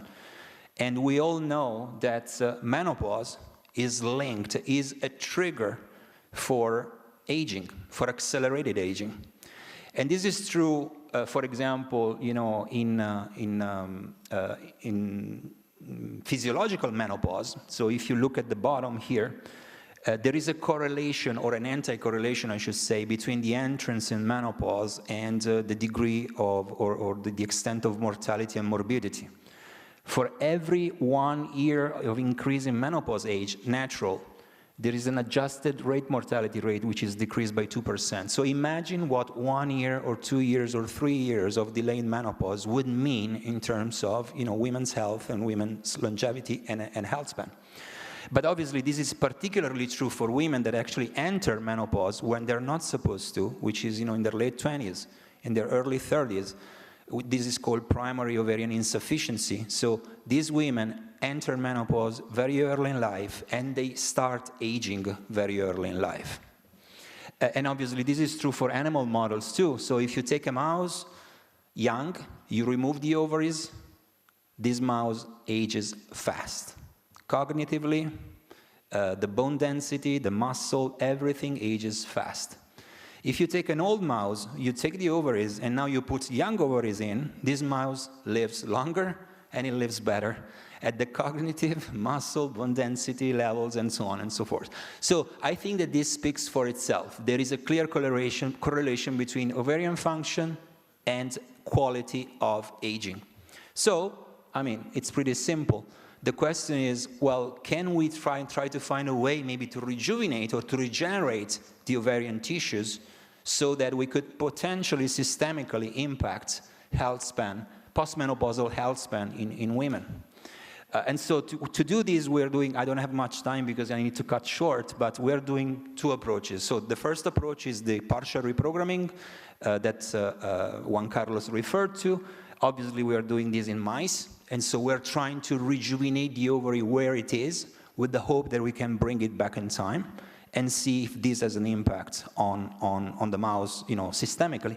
But the second experiment that we're doing is we're trying to generate new ovarian tissue, human this time, from stem cells, similarly to what Shinya has described before for other organs. And then we're going to test if this engineered in vitro-derived human ovarian tissue can work as a youthful ovary that transplanted in an old mouse could actually have an impact, again, on the animal in this case.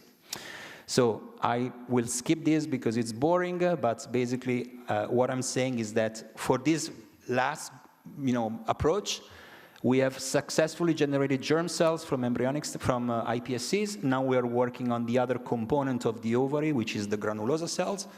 And then in a few, hopefully, weeks, we're going to mix them, transplant them in the mice, and see if the whole idea is correct. Okay, I just want to kind of stop here to tell you that there is actually way more reasons why we should be egocentric, because in addition to the fact, I hope I've shown you that women's reproduction and women's biology is central, but unfortunately women are not yet central in the agenda. And I want to go back to what Professor Mayra said, that we need to reinforce the idea that we need to study women, we need to really understand women's biology, because they are different from us, but there is a lot that we can learn from this. So I stop there. I thank the people in my lab, the funding, my institute, and obviously you for your attention. Thank you.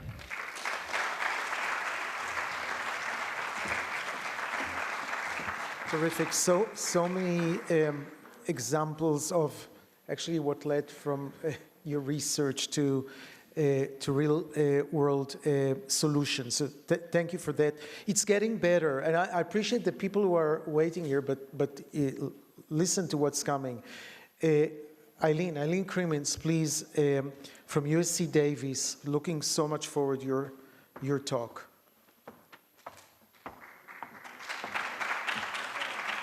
Thank you.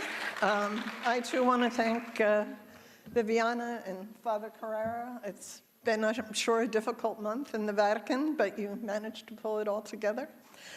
So normally, I, as a social scientist, talk to social scientists about thinking about biology and how important it is.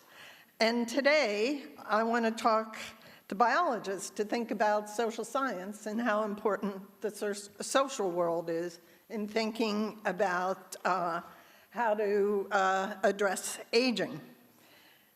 What do you push here? This one? This one, okay. So clearly plagiarizing from biologists, I have termed a set of factors as the social hallmarks of aging. Everybody in Milan showed the hallmarks of aging, biological ones, and so did I. I'm not going to show them today, but I'm going to stress what I call these social hallmarks of aging. They're similar in that they're fundamental causes of earlier aging. This is true basically in all populations. Low social and economic status, being a member of a minority group, having adverse health behaviors, having poor psychological health, and being exposed to adverse life events result in premature aging and early death, so a loss of health expectancy. Now, I'm going to use data primarily from the US, but we work in many, many countries. The relationships are somewhat extreme in the US, but they're the same direction virtually everywhere.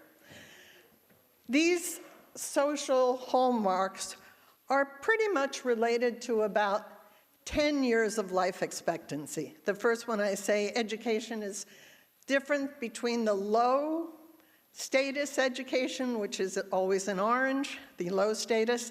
The high status of each one, or the good behavior, is in blue.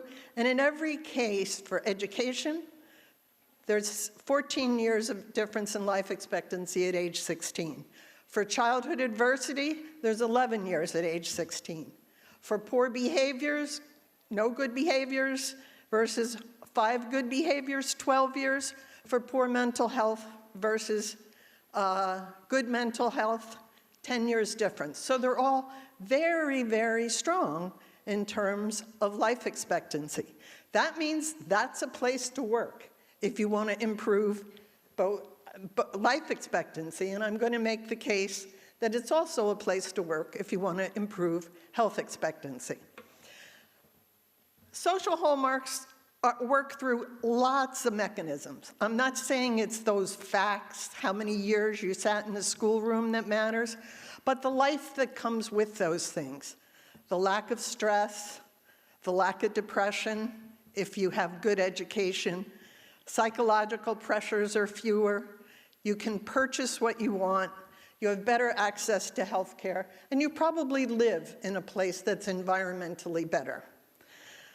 So my question then is, how do we use this to think about how we reverse those differences? The fact is, those social differences have to operate through biology. They don't operate by themselves. They have to go through biology. If they go through biology, the solution to the health issue is you could reduce the adverse social exposures, and you could improve the biology, or you could do both of those things, and you would be better off. So my question now is, can I show how they are related to biology, these social exposures, and then how we might change that biology? So I have several measures of biological age that are based on thousands of people measured in a national population.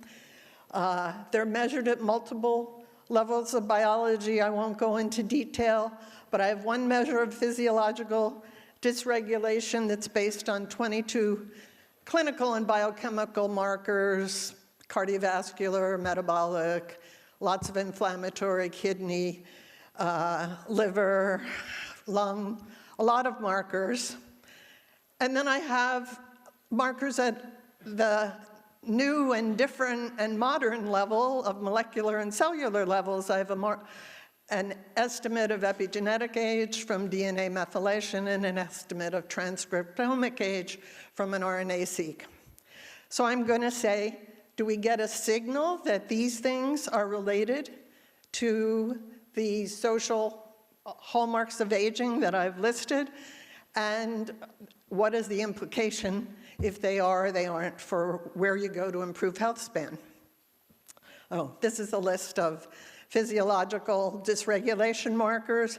A lot of them you'll recognize, and some of them are fairly limited to research markers, but there's a lot of them, and they cover a lot of the body. All of these measures are in terms of biological age, and I'm always going to look at how biological age differs from chronological age, and whether people are rapid agers, aging fast, so accelerated agers, or whether they're slow agers and aging slower, according to these markers. So I'm going to basically show for each of these social hallmarks, people in a low category, a poor category, and people in a good category, and see whether they're related to this physiological dysregulation, accelerated epigenetic age, and accelerated transcriptomic age. The blue is always good, and being below the line means you're a slow ager. That's good. The red is bad, you're above the line, and what you see here is generally all the good social states, education, adverse childhood experiences are below the line if you're good, they're above the line if you're bad. The same thing is true for psychological well-being and for behaviors. The behaviors are things like eating, drinking, being obese, exercising, things that you're used to. So it shows that people with good levels of these social hallmarks have slow aging, and people with poor levels have faster aging. And they are pretty much consistent across all these levels of measurement, which get at basic cellular and molecular processes as well as physiology. So what does that mean for where we go? I think it's pretty clear that the new approach to delaying aging is to intervene and to treat more components of biological age, to treat at probably younger ages and probably lower levels at risk. And some of these are really treatable now. The physiological dysregulation, we have pretty good ideas how to treat most of that at some level. The metabolic, the inflammatory, the cardiovascular. And some may be more treatable shortly, other levels, senolytics, drugs for AD, Alzheimer's disease, GLP-1, a variety of things that could be used for treatment. But it's also true that the old approach to delaying aging will still work.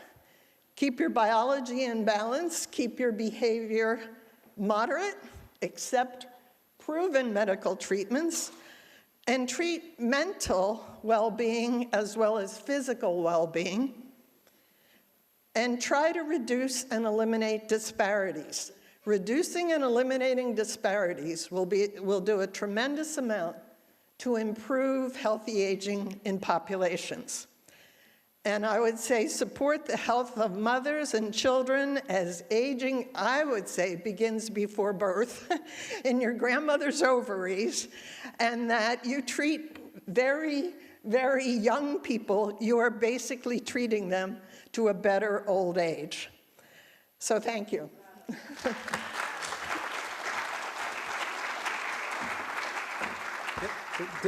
That was terrific, and I think this idea that there's the early exposome, but you could do either treat that or help with drugs. Like if you're obese, GLP-1 will be better than say, don't eat. So that was a great approach, and thank you for that. And now Camillo Ricordi, who gave up a great career in music and decided to cure diabetes. Thank you very much. Thank you. This one is, okay. We're missing the first slide here. So thank you for being here, and I feel sorry we're only 2 hours late, but if you take my email, ricordi@live.com, as a reward for your resistance and resilience, I'll send you a free copy of my book to everyone who survived to the end of this conference. But the topic is health span, a sustainable model to improve lifespan, because actually health span save money to healthcare and to the society in general. And the issue, I will not touch it, but the importance on democratizing health span and access and equitable access, because you touch it so brilliantly. But the paradigm shift that we're trying to implement is to move from a fee-for-service society where you become a subject of interest only when you get sick, go to the hospital, see a doctor, to a fee-for-outcome model where you rewards outcome and keeping people, preventing that people become patients. So prolonging healthy lifespan, compressing the phase of decline that unfortunately affects the last decades of life, especially in some countries like the United States, and perform health span engineering, as we heard from Singapore, and there are some regions that are implementing strategies very successfully, reaching almost the success level of Japan and South Korea by changing ways you act. But to intervene on health span and to eradicate diseases in a way, you have to act at different levels. Primary prevention by predictive diagnostic, intercepting risk factors that may become a disease in years or decades and are invisible. If you don't identify, you cannot defeat them. Reverse disease progression at early stages or treat those already affected, but then importantly, prevent disease recurrence after an initially successful cure. Because often as transplant surgeons, we say, okay, you got an islet transplant, you don't have to take insulin anymore, go back. You can eat now ice cream and pizzas, there is no tomorrow, but actually then you go back to insulin treatment over the years. And this is a simplification, of course, because there is also immunosuppression, toxicity, and other problem. But if you look at reverse and treat, reverse disease progression earlier, treat those already affected, we don't have time to go through my 4 decades of little contribution, but I started developing the method to extract the insulin-producing cells from the human pancreas at Washington University, and then performing the first successful trial in diabetes in 1990, all the way to the successful phase 3 trial, and now islet transplantation is approved in most countries. In France, it's reimbursed and standard of care in UK, Australia, Canada, and others. And now we are facing the last challenge is how to provide a supply that is sufficient for all and not a lottery based on like pancreas donation, and then how to do this transplant without lifelong recipient immunosuppression to expand access beyond the most severe cases of type 1 diabetes. So I will not tell you anything about the evolution of the procedure, but you can check ResearchGate or Google Scholar and find my 1,200 papers and see, get bored to death reading them. I remember barely 30 or 35 of them. But jumping forward, we recently formed a new little biotech, very microscopic compared to others that were shown before, but capitalizing on umbilical cord-derived mesenchymal stromal cells. These are not real stem cells, but are the youngest cells you can get after a healthy newborn baby. And from a single umbilical cord, we can expand in bioreactors sufficient cells to treat 10,000 subjects with 100 million cells. So it's a very exciting new development because these cells are antifibrotic, immunomodulatory. They promote tissue repair and regeneration, and has been used now in diabetes, randomized trial with 8-year follow-up, long-term diabetes. They've been able to prevent the development of long-term complication. And I consider diabetes a classic accelerated aging disease, so you develop faster and earlier these chronic complications that are also typical of other inflammatory-based disease condition and insulin resistance. But then this was quite remarkable, but then COVID exploded and we couldn't do diabetes trial anymore in the hospital, but I said we have this master cell bank of umbilical cord-derived MSCs. Let's try to put, if they're anti-inflammatory, immunomodulatory, promote tissue repair regeneration, injected IV, they naturally reach the lung. Let's try in COVID. And you see, this is another randomized controlled double-blind trial that FDA required us, unfortunately, to give half of the treatment, just the solution without the cells, to people intubated in the ICU during the peak of COVID. You see the green line, we were able to save the life of almost all patients except one that was over 85 years and had an order, do not resuscitate, do not intubate. But it was quite remarkable and stimulated us to see. So these cells are really, we have mechanistic studies showing a profound effect on cytokine storm, immunomodulation, anti-inflammatory.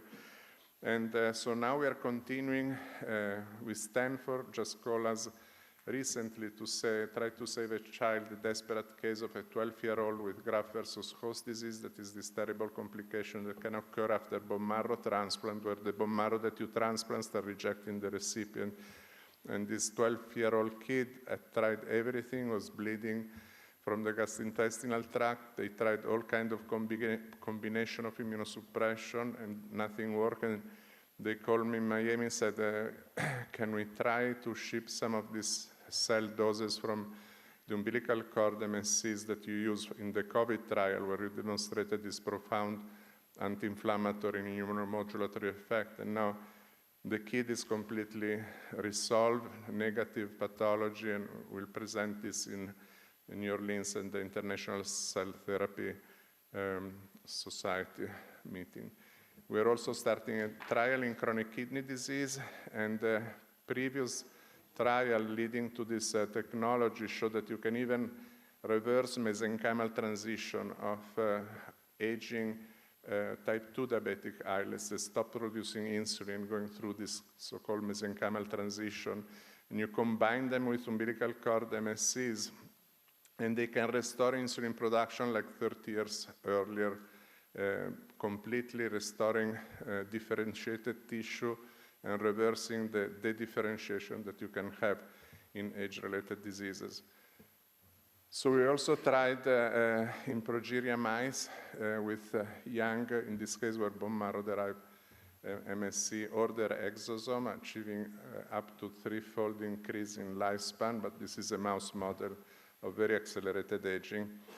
And we developed also technology called Lipogen, was developed actually in Miami and in Milan, where you have MSC, pericytes, exosome, extracellular vesicle containing microcluster of adipose tissue that work like factories of regenerative medicine element and have been used now in over 80,000 patients worldwide, primarily in osteoarthritis, but now also in Crohn's fistula, diabetic foot ulcers, and all kinds of applications from vaginal atrophy to other tissue repair and regeneration. And basically it's based on the fact that you have pericytes around all the microcirculation of the stromal vascular fraction, and when they sense injury, inflammation, or immune attack, they become MSC, and activated MSC perform their job as immunomodulatory, anti-inflammatory, and much more. So this is a technology that is now in 2 pre-market approval trials in the United States with over 350 patients completed, and in Italy is already approved in some regions like Veneto and Emilia-Romagna. But the real problem is health span engineering now. How can you really have an impact to prevent that people become diabetes, patients, defeating these invisible risk factors? And as you mentioned on the socioeconomics of disease progression, this is a scary slide on diabetes. A child diagnosed with diabetes at age 10 in the United States loses only an average of 13 years of lifespan. Average worldwide is 24 years. If you are unlucky and you are born in a low-income country, you can lose 47 years of lifespan expectancy. And if you look cardiovascular, it's the same, 75% occur in low-income situations. So that but this is not just diabetes, like in all age-related disease, this phase of decline that we call unhealthy lifespan. If you see, in United States, we are at the 69th place internationally in the score for healthy lifespan. Despite we spend 4.7 trillion or 20% of the GDP of United States in healthcare, it's the only developed country where health span has decreased since 2010. So we have example of what we can do from Japan, Korea, and Singapore, and an example of what not to do, maybe, and how to act earlier to intercept this kind of problems to become a problem also in Italy that is doing pretty well, for example, with ranking number 10 right now. So we have this massive, in the United States, incidence when you're past age 60 of chronic disease age-related that are largely preventable. And you have a series of invisible risk factors that you can intercept. And I'll send you the free copy of the book so we don't lose time listing them. But from silent inflammation, insulin resistance, deficiency of vitamin D3 is a big problem, and sedentary lifestyle. You should stand up every time you've been sitting 20 minutes. So all of you, I'm sorry, today has been a very bad thing for health span. And then you have visible risk factor that we all know. And in Italy, they say, when I talk, well, we don't have this problem. We are ranked number 10. We have Mediterranean diet. We exercise more. But look at the situation in obesity now in the United States, where is an epidemic. But look, Italy is the first place in child obesity. So if you think children obesity is the mirror of what will happen in 10, 20 years, is a red flag, and time to act is now. You don't have to wait to become like United States to intercept this visible risk factor. So we have a lot of disease predisposing elements, what we call the perfect disease predisposing storm: increase omega-6, refined carbohydrates, high processed food, sedentary lifestyle, and lack of the protective factors that are in the opposite direction.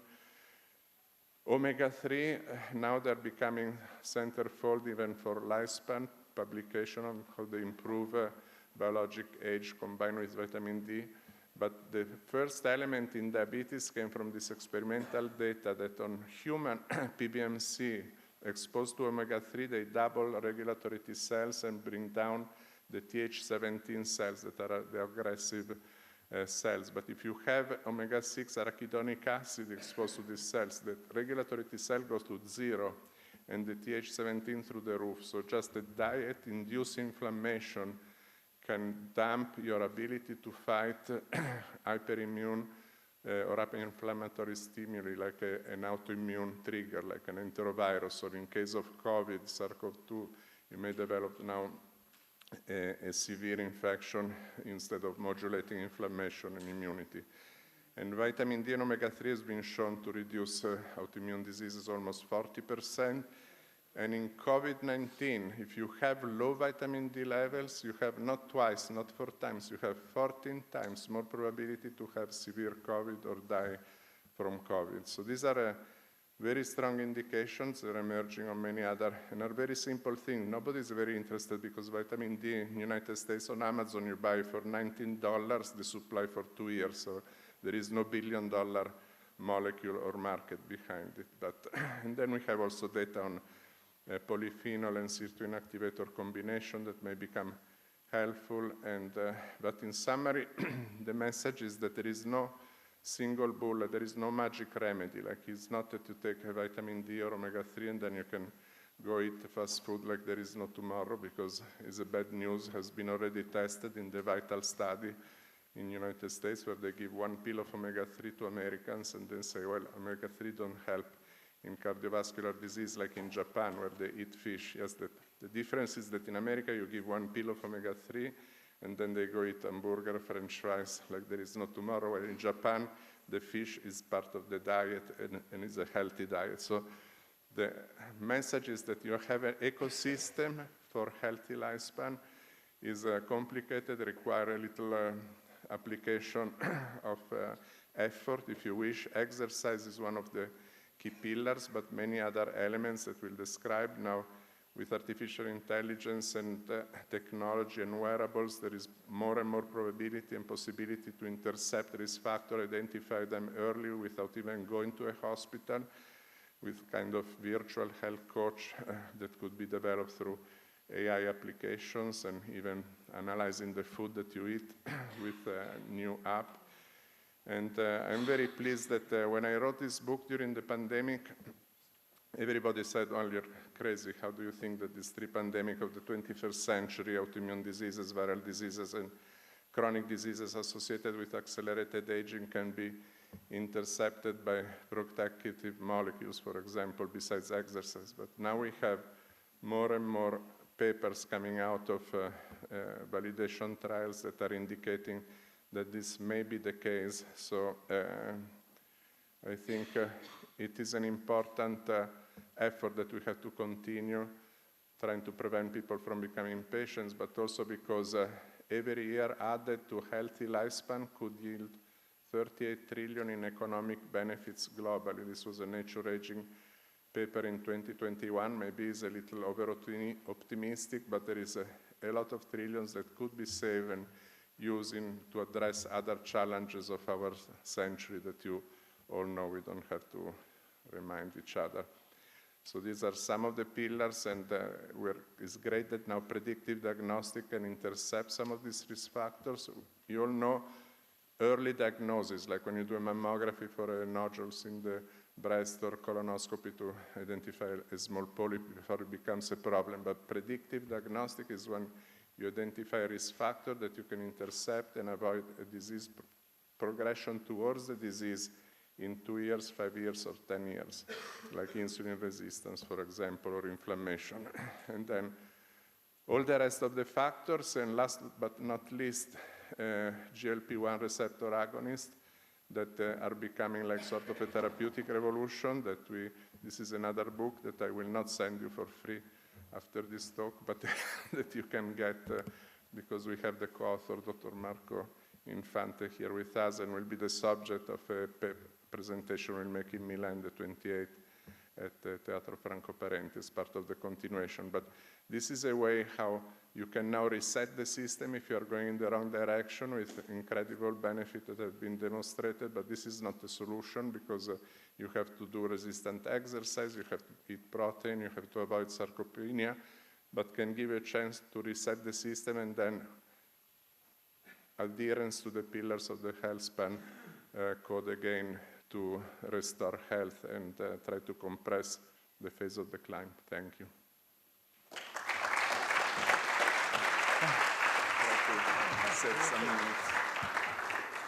Terrific. So I know you want to get out of here, and I promise you there are very profound things I want to tell you. Can I have the slides? First of all, thank you. I'm not going to show those slides. I'm going straight to where I want to be, which is here. Thank you, everybody, for staying, and I hope that you got really good examples of where the future can lead us. Some of it is in a few years, and some of this is maybe later, but we're making really progress. I want to make first point for Dr. Ramakrishnan, but to all of you. What do you need to show in drug that will make it what we call a gerotherapeutic? Well, from a preclinical perspective, it should it should show something in these hallmarks of aging. Those hallmarks of aging are not the causes of aging, but if you treat any one of them, they change the other. So you want to show that that happened. By the way, it doesn't happen with statins. Statin is a very important drug, but it doesn't change hallmarks of aging, and it doesn't change, that's the second thing, health span or lifespan when you give it to animals. But from a perspective of biology, you want to show that those preclinical data. But more important, from a clinical perspective, you want to show that a drug, an FDA-approved drug, for whatever disease, happens to delay other diseases. Okay, you didn't know, but you do a clinical study and you show that it delays a variety of other diseases. Not only that, you want to show that this drug that was designed for one disease in a clinical study prevented not disease-specific mortality, but overall mortality. And they're actually, we're a group that was working on, now it's the third table, but we're working on all the drugs that we know were given to animals and extended their health span and lifespan. And we focus on 4 drugs out there that got on a scale of 12, 11 to 12.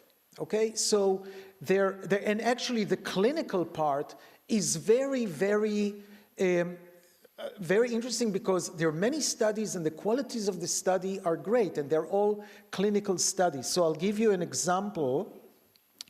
Oops, that's not the slide. Oh, okay, maybe I guess I missed those examples, but every one of those 4 drugs was given to people, and in clinical studies have shown that they are changing multimorbidities and disease-specific mortality. So those drugs are basically ready to go. This is the table that we're trying to do. There are 4 drugs. So how can we decide which one of you in a secondary prevention way can get any drug? And I'm saying secondary prevention because they all were designed for one disease and affected other disease. So you have to have something. If you have obesity, we can give you GLP-1. If you have cardiovascular disease, we can give you any one of those grants. So we're filling up this table. So there are drugs that we're ready to use right now. Any one of those drugs can legally be repurposed, okay? Metformin is an important drug for the simple reason. Metformin has billions and billions of years of use and chronic use. There are people on metformin, many of them 90 years old, that have been on metformin for 40 years. So we know everything we need to do to know about metformin. But more important, it's the cheapest drug in the formulary. We're talking about democratization, about affording those treatments that we have. Well, this is one of them. All those drugs are about not breaking this 115 years of lifespan, but hey, we die at the age of 80, so why don't we start gaining on that? And with those drugs, we can start gaining of that. The last thing I want to do to say is what you heard about aging, it's not only for older adults. In fact, you've got a lot of examples like that. But I would press that people who have children and people who survive cancer are aging. Hey, we give chemotherapy and radiation to treat cancer. Many people are aging. Kids get heart disease at age 35, so they need help. People with HIV die 10 years before their cohort. They need help. People with disability that cannot move and eat too much, they need help. And you know what, Elon Musk, if we want to go to Mars, we need to stop aging because we'll never get there without disease and we'll never come back. So there's more than one way. As I said, it cannot be only for the rich. And remember that the revolution that you heard about here is really spend time on improving your health and not in treating your disease. I think this is the mindset that we have to have, and we have to use more drugs and more the exercise, the diet, everything as a prevention, and that's how we'll get this revolution. So thank you very much for being here, and we hope to talk more about everything next year.